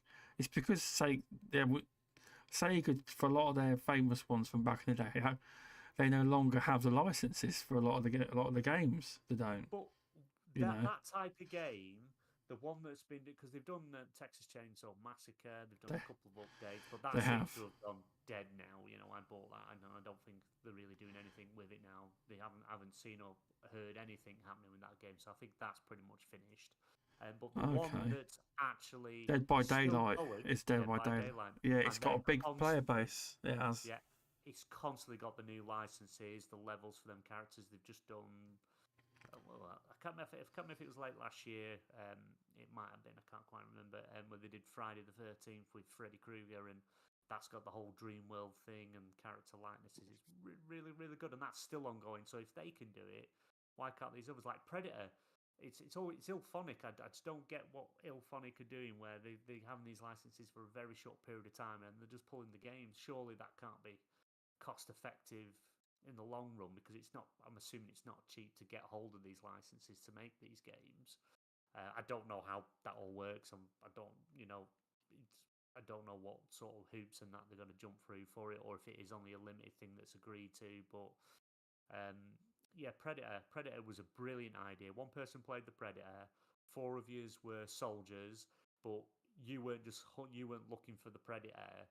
You were going through the jungles, different environments, and you were had missions. You were going to these rebel camps to take out the rebels and get this intel and stuff like that. So you had objectives and stuff you were doing. Yeah. While the Predator was hunting you. Brilliant concept, brilliant idea, and that game died within 2 months of it coming out because they didn't do anything with it. It was literally 5 different levels. And that was it. And they didn't do any more with it, apart from give you new skins for the Predator. That's interesting. It's a lot. It's weird with these licenses. What goes on? BJ, you'll probably, I suppose, have you ever dealt with anything where it's dealt with like a licensed IP to bring into a game? Is it something? I don't know if that's something that you've sort of messed with at all in the past or out. Oh, he probably had to pop out. He did mention something about he may have to pop out for a minute. oh right, okay, no worries. He may, so that's probably why. I mean, it is something. Unfortunately, with games, it's like when the Forza Horizon series, when a lot of their older games, when the licenses come up for the cars or whatever it is, the music usually, they just start giving the game away for free, and then delist the game. Because you don't want to repay to renew licenses for an old game, do you? No. If you've got a player base, then yeah, maybe you'd consider it, depending if if it was making like money value and stuff. But if it's not doing anything or doesn't seem to, players have moved on to other things, it's like, yeah, why would you renew it? What's the point? You're wasting money where it could be spent better somewhere else, I suppose. But yeah, it's always a messy thing when it's like, they're making a game based on a movie IP or a comic IP, and it can get very sticky, I suppose, sometimes, depending on the sort of relationship you have with the studio and things like that. Like Insomniac have a very good relationship with, or Sony PlayStation have a very good relationship with Marvel, Disney, which probably because maybe that's they work well together because Sony own certain rights to Spiderman when Disney own the others. So I suppose that plays a factor into it. But with what the games they produce, they keep getting the license back, keep getting offered more, and obviously they've got Wolverine to see where that goes. But yeah, it's a strange one. It's a strange one. It is. It's not something I actually understand how to do, but it's obviously money changes hands and so on. Yeah, because I'm assuming they have to go and pitch what they're doing. So, like Sea of Thieves, and they got they did the Pirates of the Caribbean. They sort of spoke about it, didn't they? They had an idea and went to Disney and said, would love to make an expansion in limited time, however long it is, for Pirates of the Caribbean. Gave them the pitch and the idea, and Disney loved it. It's like, yeah, go for it. And obviously, deal was hammered out then. But I suppose if you're given such a good, depending on the pitch you're given, and you've pretty much based this right with this game, they estimate, project this, and they've made this awesome concept of what they're doing, and then it doesn't end up panning out. They have the right. I'm assuming they have the right to pull the license if it's in the contract, because there's a potential harm to the IP. What was that? What was that other game? What was it that Disney got involved with? It was Battlefront 1 or 2, wasn't it? Yeah, Battlefront 2 with EA. Because based on the first game, which was excellent, was really good when they rebooted it, remade the newer one. And then they did the second one, and then how bad the microtransactions were and the cost of everything and the controversy it caused, and Disney had to, step in. We don't know exactly what was said, but pretty much that I'm assuming they were told, you fix this or we pull the license. And they've got a lot of Star Wars licenses, because I'm assuming they probably threatened to pull the lot with some clause in contracts, maybe. They brought it into a state of disrepute, and I think contracts do have. I mean, it's difficult. I don't know how difficult it is to enforce, but definitely some Disney would have had a word. Yeah. But what I do understand from Disney, and well, from my time in the industry, is not just in games, but typically when they do an agreement, they very rarely have any kind of exclusivity built in. It's all based on relationship. I've not known Disney, not any major company, especially from the directive they give their consumer divisions, is in, we don't write in exclusivity to anyone, or anything, because especially for a number of years, because you never know what's going to happen, and it always gives them an out. So I think that they probably said, look, fix this, do this, blah blah blah. But I think the guarantees that they would have taken from EA in terms of monetary guarantees, they wouldn't need to return them, and they're well within their rights to exploit the intellectual property however they see fit, especially if they're not making a game in the genre that, and that may be an exclusivity, the specific genre that they're making the game, but even that would be a little bit far-fetched, right? So Yeah. Yeah, we're just talking about that. You never know what's going to happen, right, in the games industry. That's true. That is. We're just talking about licensing, and then you've obviously said your 2 cents about when you were in the industry, because it's a lot of the points are it's always licensing issues. That was about 300. That was 350 years ago, though. So bear that in mind. Welcome, Sergeant Sentinel Gaming. Thanks for popping in. Is this your cup of tea, BMG? Or what's on screen now? No, it is not. What is it? Well, I'm still seeing Sonic because I'm seeing the YouTube. Is it that's what you're still showing? Yeah, it was a crossover between Sonic and Assassin's Creed, and a little bit of what was that other game you like? Destiny. Oh, Destiny, the best live service. There we go. Hang on, there you go, BMJ. Got Destiny trailer now. It's an old one. Oh, right. I thought it was going to show Season of the Lost. No, it's Destiny Echo Assault. Sonic Spider coming as well, BMG. What's it? Halo. Halo was meant to be really good now. I've actually re-downloaded Halo. Oh, sorry. Oh, why have I written? I've written Destiny. This is Halo, isn't it? It's Halo, yeah. on OBS, I wrote in Destiny. It's not Destiny. It does a really good job of insulting our guests on this show. I got a bit excited there, thinking it was Destiny, then it's Halo. You can't play Destiny, can you, Stubbs? Yeah, you weren't very. You just be fortunate, BMG, that he hasn't mistaken Destiny for Gears. Oh, Gears I could never do that. The best shooter ever. I'll kill you with one bullet. Just in Gears. Gears, best shooter ever? No. Yeah, but it's not a fast-paced shooter. You see, Destiny and not Halo are fast-paced. Gears. When you're new to Gears, it looks fast-paced, but it's actually very slow. It's just. But you probably get killed 15 times before you know what's hit you. I remember when I kicked Mr. Tushi's ass big time. I think the score was 50-30 or something. I can't remember what it was actually. I can't remember. And then I played Halo and he kicked. and then I played Halo and he fucking destroyed me completely. He did. Yeah, it's had a big not Halo's a chance that Indie Gamer could take me on Gears, and it would have to be shotgun Ganasha only. Well, yeah, he can beat you, but you're only allowed to use this one particular gun that he's very good with. That's because all the top players use that one gun. But so if I ran around with another gun, I could just beat everyone. No, I take more pride if somebody's using if someone's using the Lancer gun or sniper. I take more pride in actually taking them down.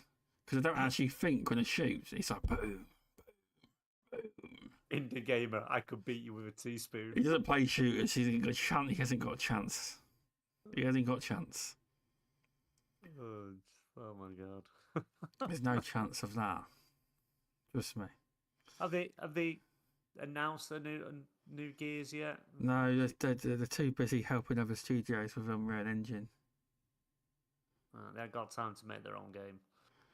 But it's only going to be the exact same, isn't it? So it doesn't really matter. Well, they can't do any worse than the Halo Infinite launch, can they? I tell you, Halo, it's coming. It is. From everything that I've seen, and apparently this is what is now. You've not seen me recently in the game, trust me. No, what's that AI thing? AI thing they announced where pretty much you could build using Forge and the AI tools they've now provided.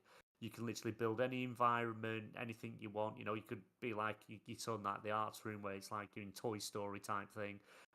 Battle Royale, sort you know, all little things that you can make in Forge now. So yeah, I think they're pretty much handing it to players to make, so they can steal it. They've made a tool where they don't have to make their own content. Clever. It is clever. They were a few years too late to the game, but yeah, Dragon Wolf, he did actually kick my ass at Gears. Yeah, well, no, I was fuming. I was. Kiss. You were going to say Kiss, let's be honest. Because people were using Lancer guns. It really bugged me that night. I was like, come on, she's Nasher. That's only. Sorry, indie game. I didn't realise you actually played shooting games. I didn't realise that. But that's not playing. That's playing by a certain set of rules only. If you know they're not doing anything wrong by using a different gun, but if they don't use the gun you want them to use, then you don't see it's fair. Maybe you should get. I'm part of the problem as to why Gears doesn't change. Actually, BMG, I've got a question for you. In terms of, I know you play a lot of Destiny. In terms of its sort of main rivals on the gaming scene, what would they be? Not Gears. No.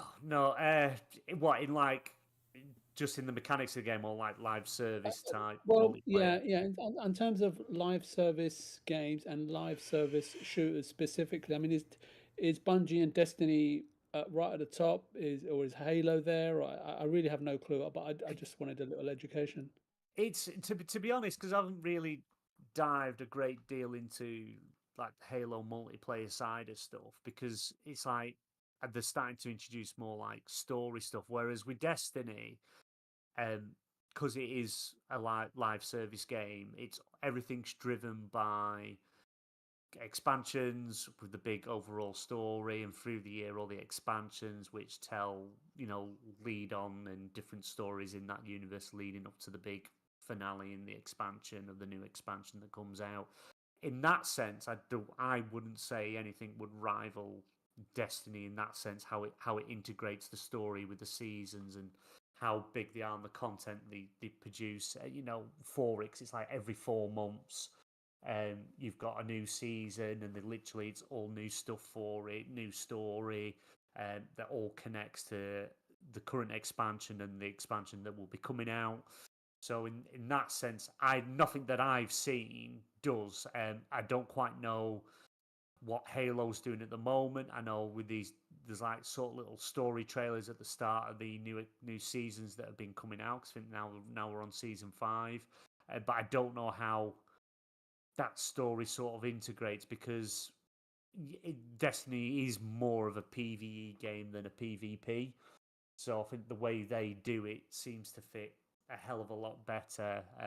Call of Duty, and you know, Warzone, they do have sort of like, and Fortnite have these sort of story things, but again, that's not sort of the main drive, is it? It's just eliminate each other. Yeah. And I don't know about zombies, because I've not played Call of Duty for a lot of years. I know like sort of the zombies have kind of taken on a whole thing of their own now, whereas it was just kind of a little bit of an add-on. Now they have like a whole story you go through, but then that's it until they bring out a new Call of Duty with a new zombies mode. Whereas like Destiny's just persistent. It's brand new content every 4 months. New areas, you might be part of a new planet you go into, whole new story, and they sort of tell that story over a number of weeks. You can only do like part of the story. They sort of pivoted to that. At one point, you got a new season, you could go and run the entire story in a night. You know, if you could put a good 8-9 hours, run the whole story. Whereas now they purposely each week you can only do so much of the story, but in between they've added other stuff that keeps you going between that, as well as usual weeklies and dailies. But yeah, I not that I can think of that in that type of game.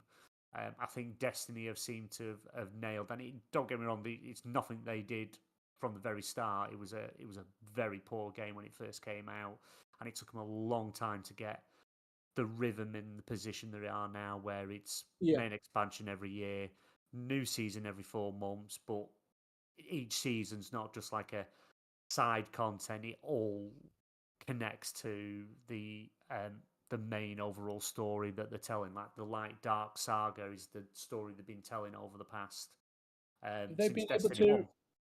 Have they been able to refine their craft? Because at the time there wasn't as much competition, but now to enter the same space, it's incredibly competitive and a very high standard that Bungie have set. They've definitely set a standard, like content wise, and how they do it. I think they're very high that way, but in like new character classes, mechanics wise, is pretty much the same thing they've run through. Sort of refined when Destiny 2 came out originally, but in that sense, they've added like some new abilities, the weapons and stuff is constantly new things being added. But like for your character, you've still only got your 3 classes. They've all got each expansion's seen a new subclass that's dropped, which give you a variety of powers and things like that, and different grenade types. But in that sense, is not so much because you're waiting a year to maybe or maybe not get a new super or like a new what they've introduced aspects and which pretty much like enhance some of your abilities and give them like extra perks and things like that. But I have seen games that I think Halo doing have something like that where you've got this enhancement with this grenade increases the radius of the explosions, that type of thing. But yes, but Destiny is their main revenue generator. It sounds like they're still at the top of their game. It's still generating revenue. Its staying power's still pretty much there. There's nothing to suggest that it's waning, and competitors are thin on the ground because of like you said, right, to actually launch a game and being afforded the time to get it right, and for the and the player base to stay loyal and stick with it until it does. And they've delivered on that. And I suppose, it's their sort of their jewel in the crown right now until they produce something else. And I'm not really that up on Bungie, but have I got that about?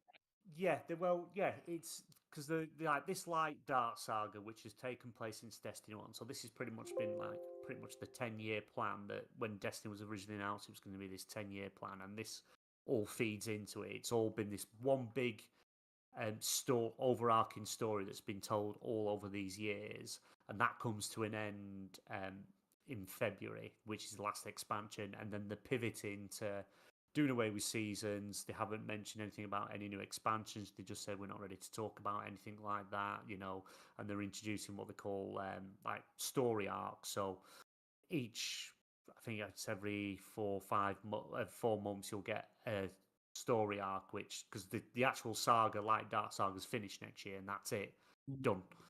It's actually they're technically Destiny's main big story is done with. It finishes in February, and that's the whole thing told. So they're not really saying where they're going from there. They've just pretty much said, well, we're introducing these smaller, tight-knit stories that will take over. So you'll get story 1 in March, and that will have 4 weeks of content or something like that, and then you'll move on to the next story arc. And they've only announced 3 of them.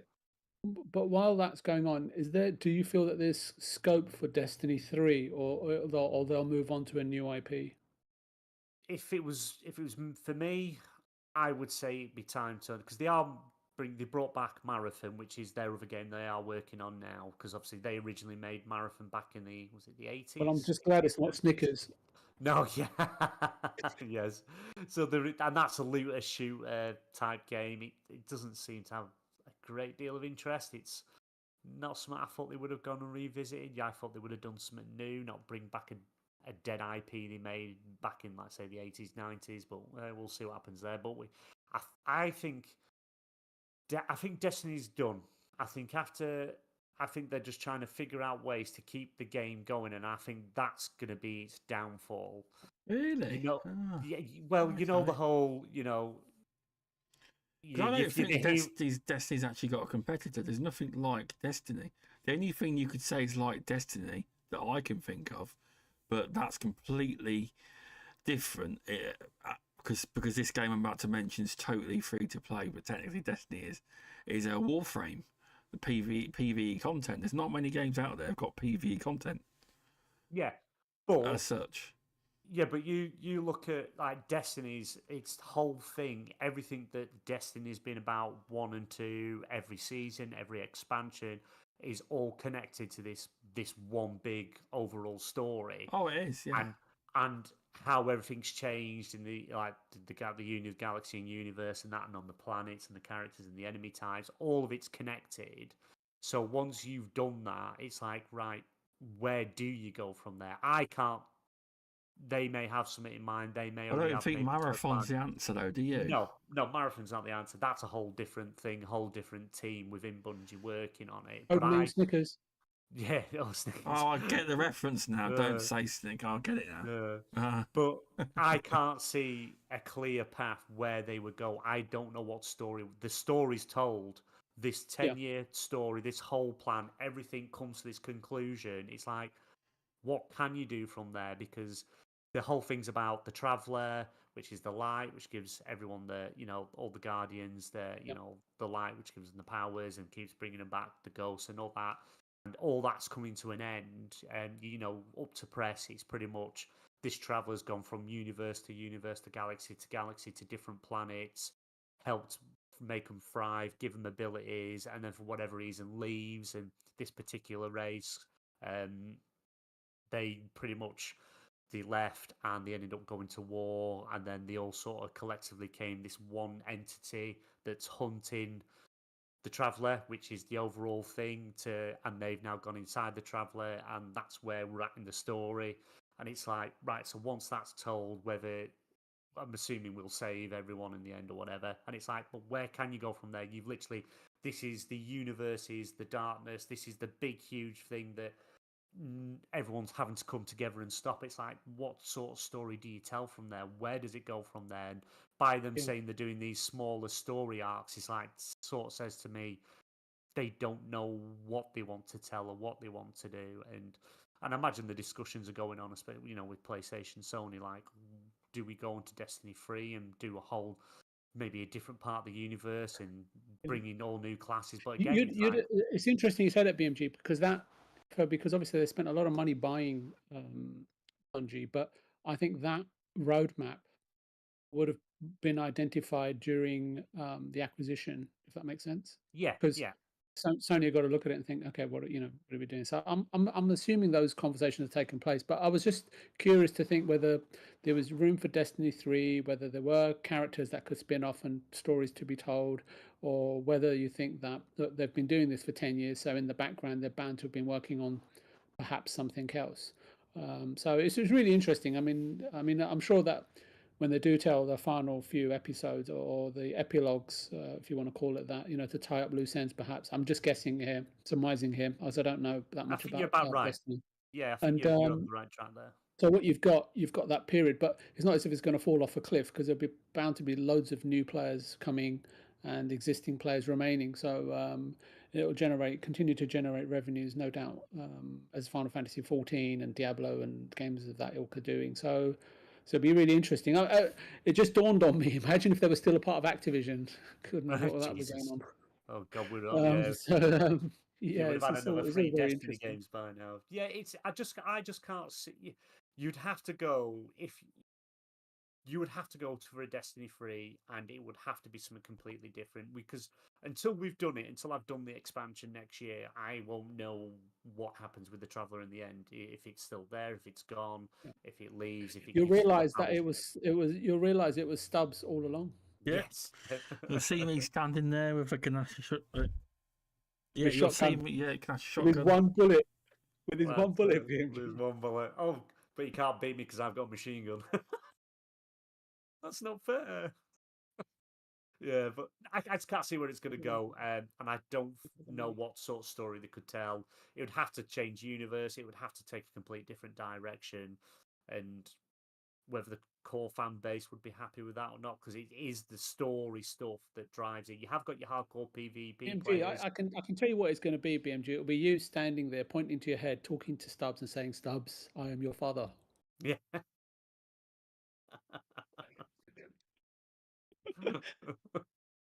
Oh dear.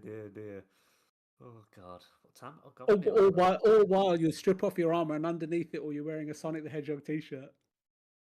That's low. That is a low blow. Oh dear. Yeah, the Nasher gun. I don't know why I called it a Nasher gun. I'm going to send you the original. I'm going to send you the original Japanese language Sonic anime so you can watch it with English subtitles. Have you played that one on Steam?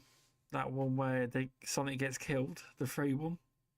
No, you didn't enjoy that one? Oh. Well, yeah, but someone spoiled it for me, and then so that just put me off it. So someone spoiled the ending. I was like, it was on the XPN, wasn't it?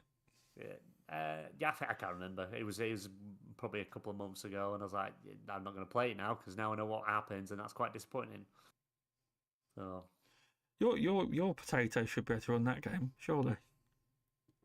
It barely runs YouTube. Oh, fair enough. It's like my old laptop, then. Fair enough.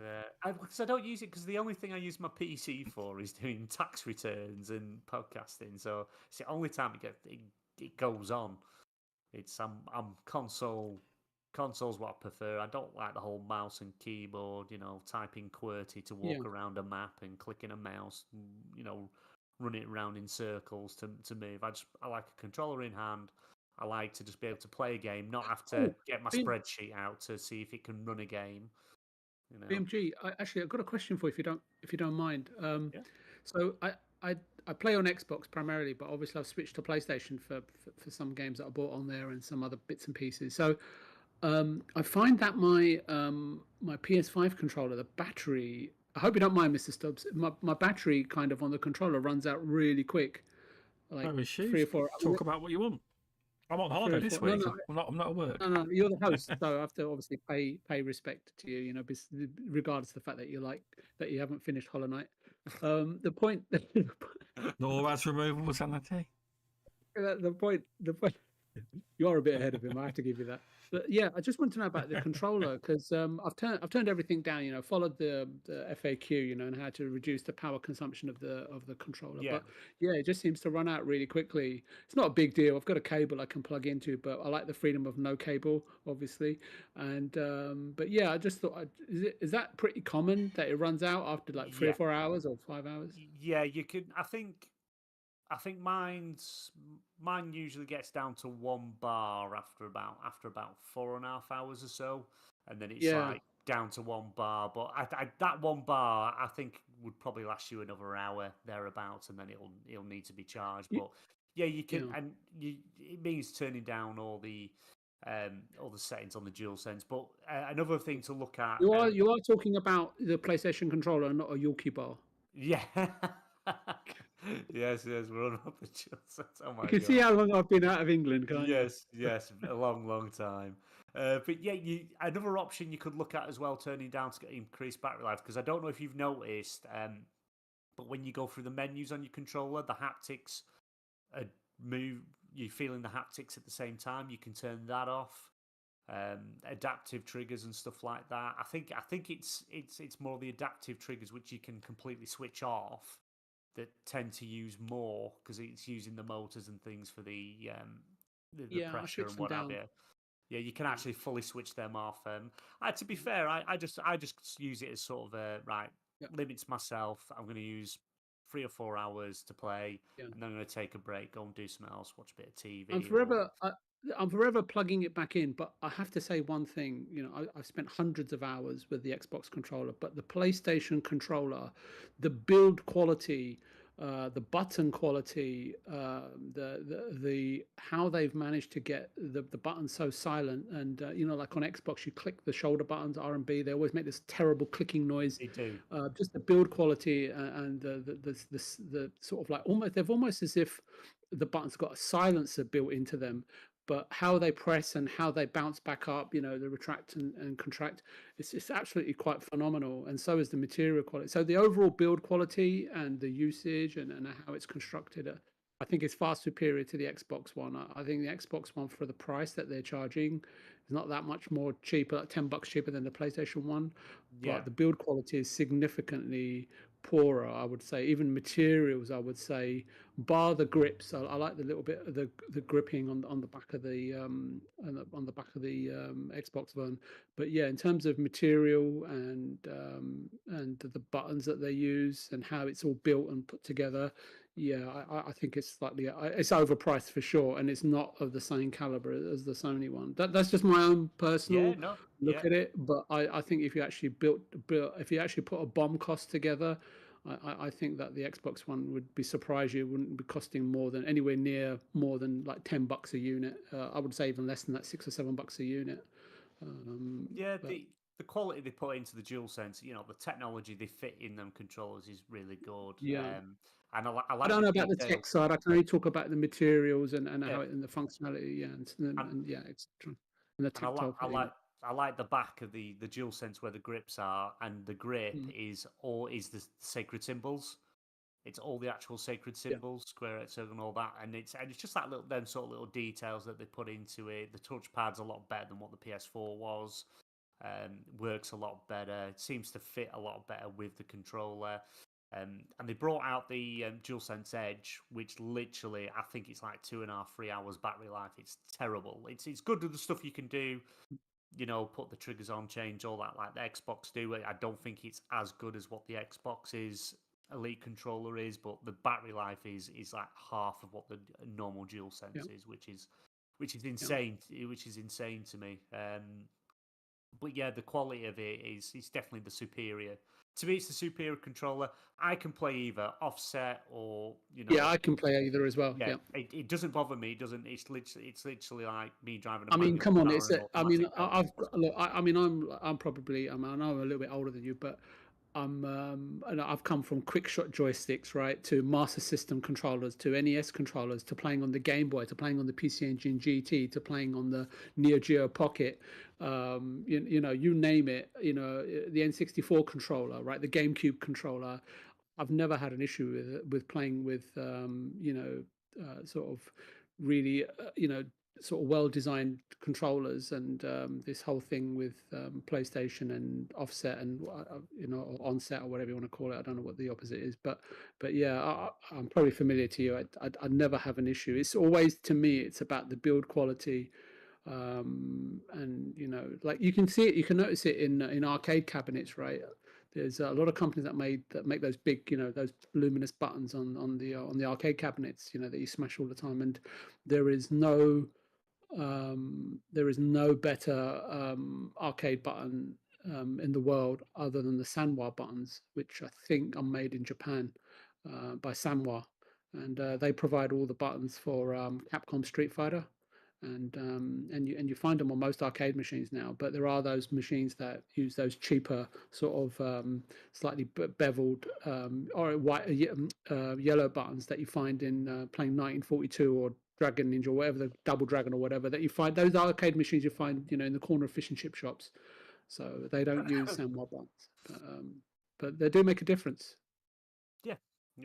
But yeah, that probably bored the pants off you there, but never mind. Yeah, no, like I say, it all depends. Everyone has their own preferences and stuff, but yeah, you know, multiple consoles, you kind of get used to them. And it's like I say, I literally the same night I put Mirage down when I finished that and picked up Spiderman 2, and it was just, I didn't have any issues or else. It was just nice and smooth. But yeah, it'd be interesting to see what this new controller Xbox bring out and how that feels and how different that is, and if it's more on par with the dual sensors in like none of the clicky buttons and what have you. But we'll see, I suppose. I can see indies complaining about the PS controller, but it's just depends on what you've. Well, one is about how quickly you can adapt, because it may take you hours to adapt. You may never adapt, and some people are able to adapt instantaneously. So I'm just fortunate that I'm able to adapt very quickly, regardless of the controller. It's just mouse and keyboard have always eluded me. That's the only thing. Games that I played, you know, my God, I was Dungeon Keeper back in the 90s. I think I played on PC, and I tried. What what was it, Counter-Strike once on keyboard and mouse, and then I gave up. I think the last game I actually played on PC was when it first dropped, was Star Wars: The Old Republic, which still is a shame that hasn't made its way to console because it's such a fun MMO. And the game before that was Blade Runner back in the 90s on my Packard Bell because it was packaged in on disc. Well, that was about it. Stubbs has fallen asleep again. I haven't fallen asleep. I'm watching the chat. Interesting conversation around the who's doing that? Who's making duck noises? BMG. That's BMG. It's gotta be. I thought, bloody hell. Sorry. I've done something on this OBS and it's making duck noises now. I just said an option to click noises, so I just thought I'd give myself an applause. In Discord? Yeah, it's on the Discord, on the bottom left, you'll see like a square at the very bottom, or next to the very bottom, says open soundboard, and you get some sounds. Oh. Sorry, I'm messing with your stuff. Oh, I see it now. I did not know.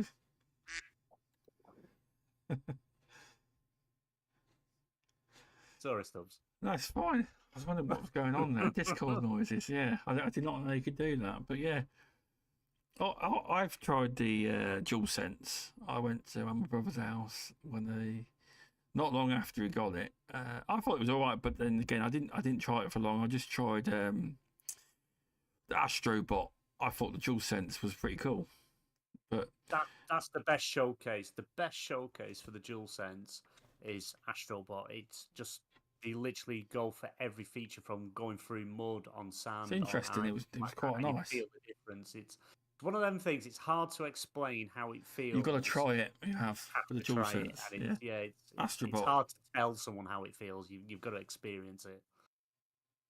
Yeah, Astrobot's worth a go if you know anyone that's got a PS5 or if you got one. You know. Yeah, but it's what greatness is all about. Oh yeah, got this Horizon Forbidden West Complete Edition trailer up. Just thought I'd pull it up because the PlayStation man's on board. BMG. Believe it, Horizon's my least favourite Sony IP. It's my least favourite. I've not completed it yet, actually. It's funny you should say that, BMG. When I bought my PlayStation 5, well, when it was bought for me, I should say, Forbidden West was provided free of charge, and I've got a bit of paper, with an advert for Forbidden Horizon. The cover on the front, and on the back is obviously the code to activate the game. And I've never bothered doing it because I know it looks fantastic, and I know people speak really highly of it, but it just the whole situation of the game doesn't pull me in at all, regardless of how good the visuals are. I played the first one. Yeah, the story is really interesting on what this is literally the future, and you're discovering things from the past. Because this AI's gone crazy, and it's a good overall story. Game looks beautiful. Forbidden West is absolutely a stunning, beautiful game. I just don't, and I've completed them both, but I just don't know what it is. It's like I just don't really connect to the game. And if they did a third one, I'd probably get it. I'd probably play it because I've done the other two, so I'll do it to sort of finish off the story. It's the story I find interesting, but I just didn't really connect with the game like I did with like Ghost of Tsushima. Uncharted. Uncharted is probably one of my favourite series from Sony. It's I love them games. I really wouldn't mind another Uncharted. Yeah, I'd love one. yeah, but it's they've sort of finished it off. They've sort of wanted to step away from it, which is fair enough. They've done 4 games, then they've done a smaller game that fit in, which came in with the Uncharted 4. Which I enjoyed. Yeah, it was really good, really good. Lost Legacy, I think it was called. Uncharted Lost Legacy. So yeah, it was. It's really good. I'd if they were going to do another one, I'd want it to be another Nathan Drake adventure because that's a character. I like the character.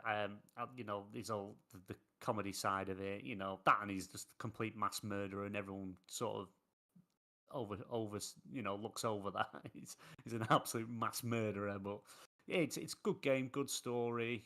It's got that seriousness as well as that bit of comic in there as well. It's beautiful games, huge big set pieces that you know keep driving the game forward. So and you know is that more of a linear experience, which I do enjoy from Naughty Dog.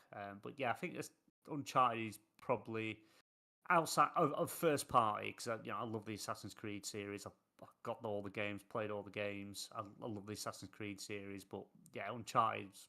And it sounds like you've even hummed the theme tune, like Dennis Waterman. Oh jeez, I know. I love the games, and I do recommend anyone playing them because I think they're all on PlayStation Plus Extra now, as well as the PS5 version of Uncharted 4 with Lost Legacy. You've given Stubbs something to fiddle with now. Now look what you've done. Yeah, I shouldn't have clicked them. He's just going to be every time now. I'm going to hear ducks quacking and air horns and. I think there will be a third Horizon Zero game, and I think you'll probably find I don't know, but I think they may be working on a big multiplayer game for it as well. The problem is Horizon they're meant to be doing an MMO as well as like another multiplayer game. They're also doing a TV show. And they're working on a third game. I think they're sort of reworking stuff because Lance Riddick, you know, who recently passed away, he played Silence in Horizon 1 and 2 and the Burning Shores expansion. And he's quite a big part of the story. He's a huge part of the story. So how they're going to work it in a third game, I don't know. Maybe, you know, we're going to have to look at doing something different. Maybe he'd already recorded stuff. I don't know. It's going to be. And again, he was a big part in Destiny, and now they've come out and they've literally got another voice actor to take his place. I can't remember his name. He's the guy he played the Arbiter in Halo. Halo 2, Halo 3. He's done all sorts of films, but I can't remember his name off the top of my head. But yeah, so they've replaced him for one of the main guys from Destiny. So maybe they'll do the same for Horizon. But the problem with Horizon is they use his likeness as well. It's his likeness and voice. So whereas Destiny it's not. So I'm not sure where they go there. But they're going to do a third one. It's set up for a third game, and you know they generally do 3+ games, don't they? Well, that's the difference. The difference is with when Xbox first party, but people forget with PlayStation, they are an entertainment company, so they're trying to use all their intellectual properties now to make TV shows, movies, and Destiny will probably have its own TV show / movie or content like that, and that's what people forget. Sony's a little bit different compared to what Microsoft Xbox is. Do you know what I mean? Their bread and butter is entertainment, so they're going to use all the IP they can to try and make content out of it.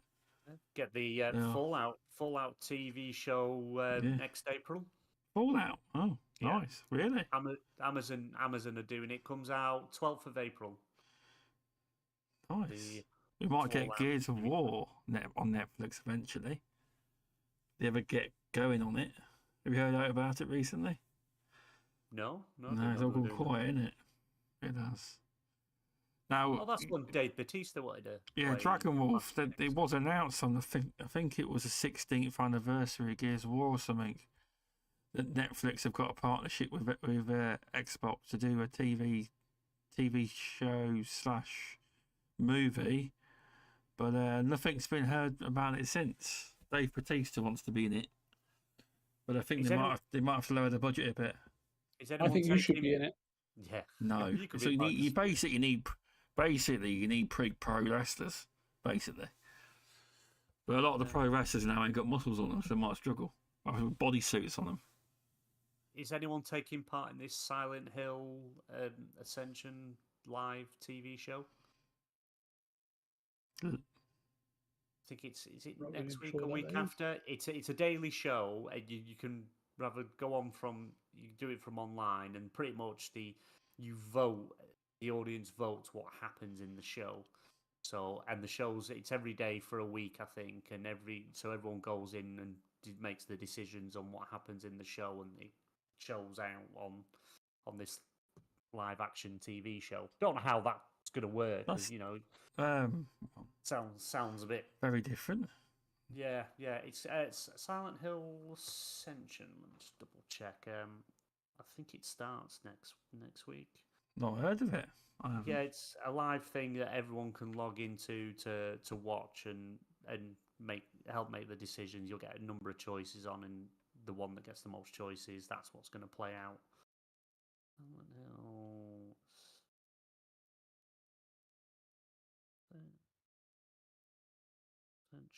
It's Stubs. Yeah. It's sorry to point out, it's knocking on a bit. I will end the show. I will. You don't have to end it, but yeah. I just had something I needed to get to. That was all. No, it's no problem. I just you found it yet, BMG?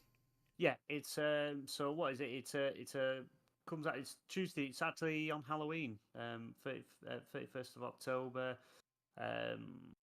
Doesn't give me UK time, but 9 p.m. EDT, 6 p.m. PDT. It's an upcoming interactive streaming series developed by Genvid Technologies, Bad Robot Games, and Behaviour Interactive, and published by Genvid Entertainment. And it's pretty much a spin-off of Silent Hill franchise, in which viewers determine the outcome of the story. That's interesting. It's a new take, that is. Yeah. Definitely is. But yeah, thanks for coming on, BMG. Anyway, it's been a fun show. It's been a while. But yeah, it's been a good conversation, it has. And you can now not moan that certain games and topics weren't mentioned on the show. You've made sure they have been mentioned. Or I have made sure they've been included because you're on. You would have brought them up anyway. We've been very PlayStation focused, which is might get some hate. Which is fun. We're not platform centric, so if you don't like it, well, that's on you. All games on all platforms, it's all good. It's all about playing games and having fun. But yeah, BMG, thanks for coming on. I'm not trying to poach you as Sentinel was trying to say in chat earlier. I've seen him. I did. But no, do you want to tell people where they can find you, what shows you're on, and so on? Yeah, you can find me on Saturday evenings at 8 p.m. BST, which will be the last time for this week because our clocks go back on Sunday. They do, yeah. So you can find me over on the XPN Network on the YouTube channel there, as well as you can find XPN Network over on Twitter/X and me on Twitter/X at BoldmanGamer. But on that, I'm just floating around, plodding about, playing games. I thought you were going to say we can find you on the M1. Quite possibly. No, you'll find me on the M6. M6, there you go. Yeah. Thanks for coming on, mate. I appreciate it. I want to ask you what your favourite service station is. But yeah, no, it's been great. Yeah, it's been great. It's been fun. Thanks for having me on. Thanks for being on with you two. Awesome dudes. Thanks for coming on. And VJ, thanks for coming on. It's been a pleasure again. Yeah, thanks for having me on. Really appreciate it. Sorry for going on and on and on. I have no idea what I was waffling on about today. It's a fun show. It was. I won't ask people where to find you. Just come here. No. And listen to VJ. VJ. I'll be on the M6, one of the service stations, waiting for BMG. And who I just want to say thanks for coming on. It was actually really great to have you on and answer some of the questions which are completely devoid of answers until you helped me out. So I really appreciate it. No, awesome. No, it's always fun to be on a show with you, VJ. I always enjoy it. I'm sorry about there wasn't more Del Boy references. Yeah, well, if Stubbs hadn't come back, we would have turned it into an Only Fools podcast. Yeah, definitely. But yeah, thanks everyone for joining and listening. subscribing, reviewing, and showing support. We'll be back next Monday. Thanks, everyone. Take care. Perfect.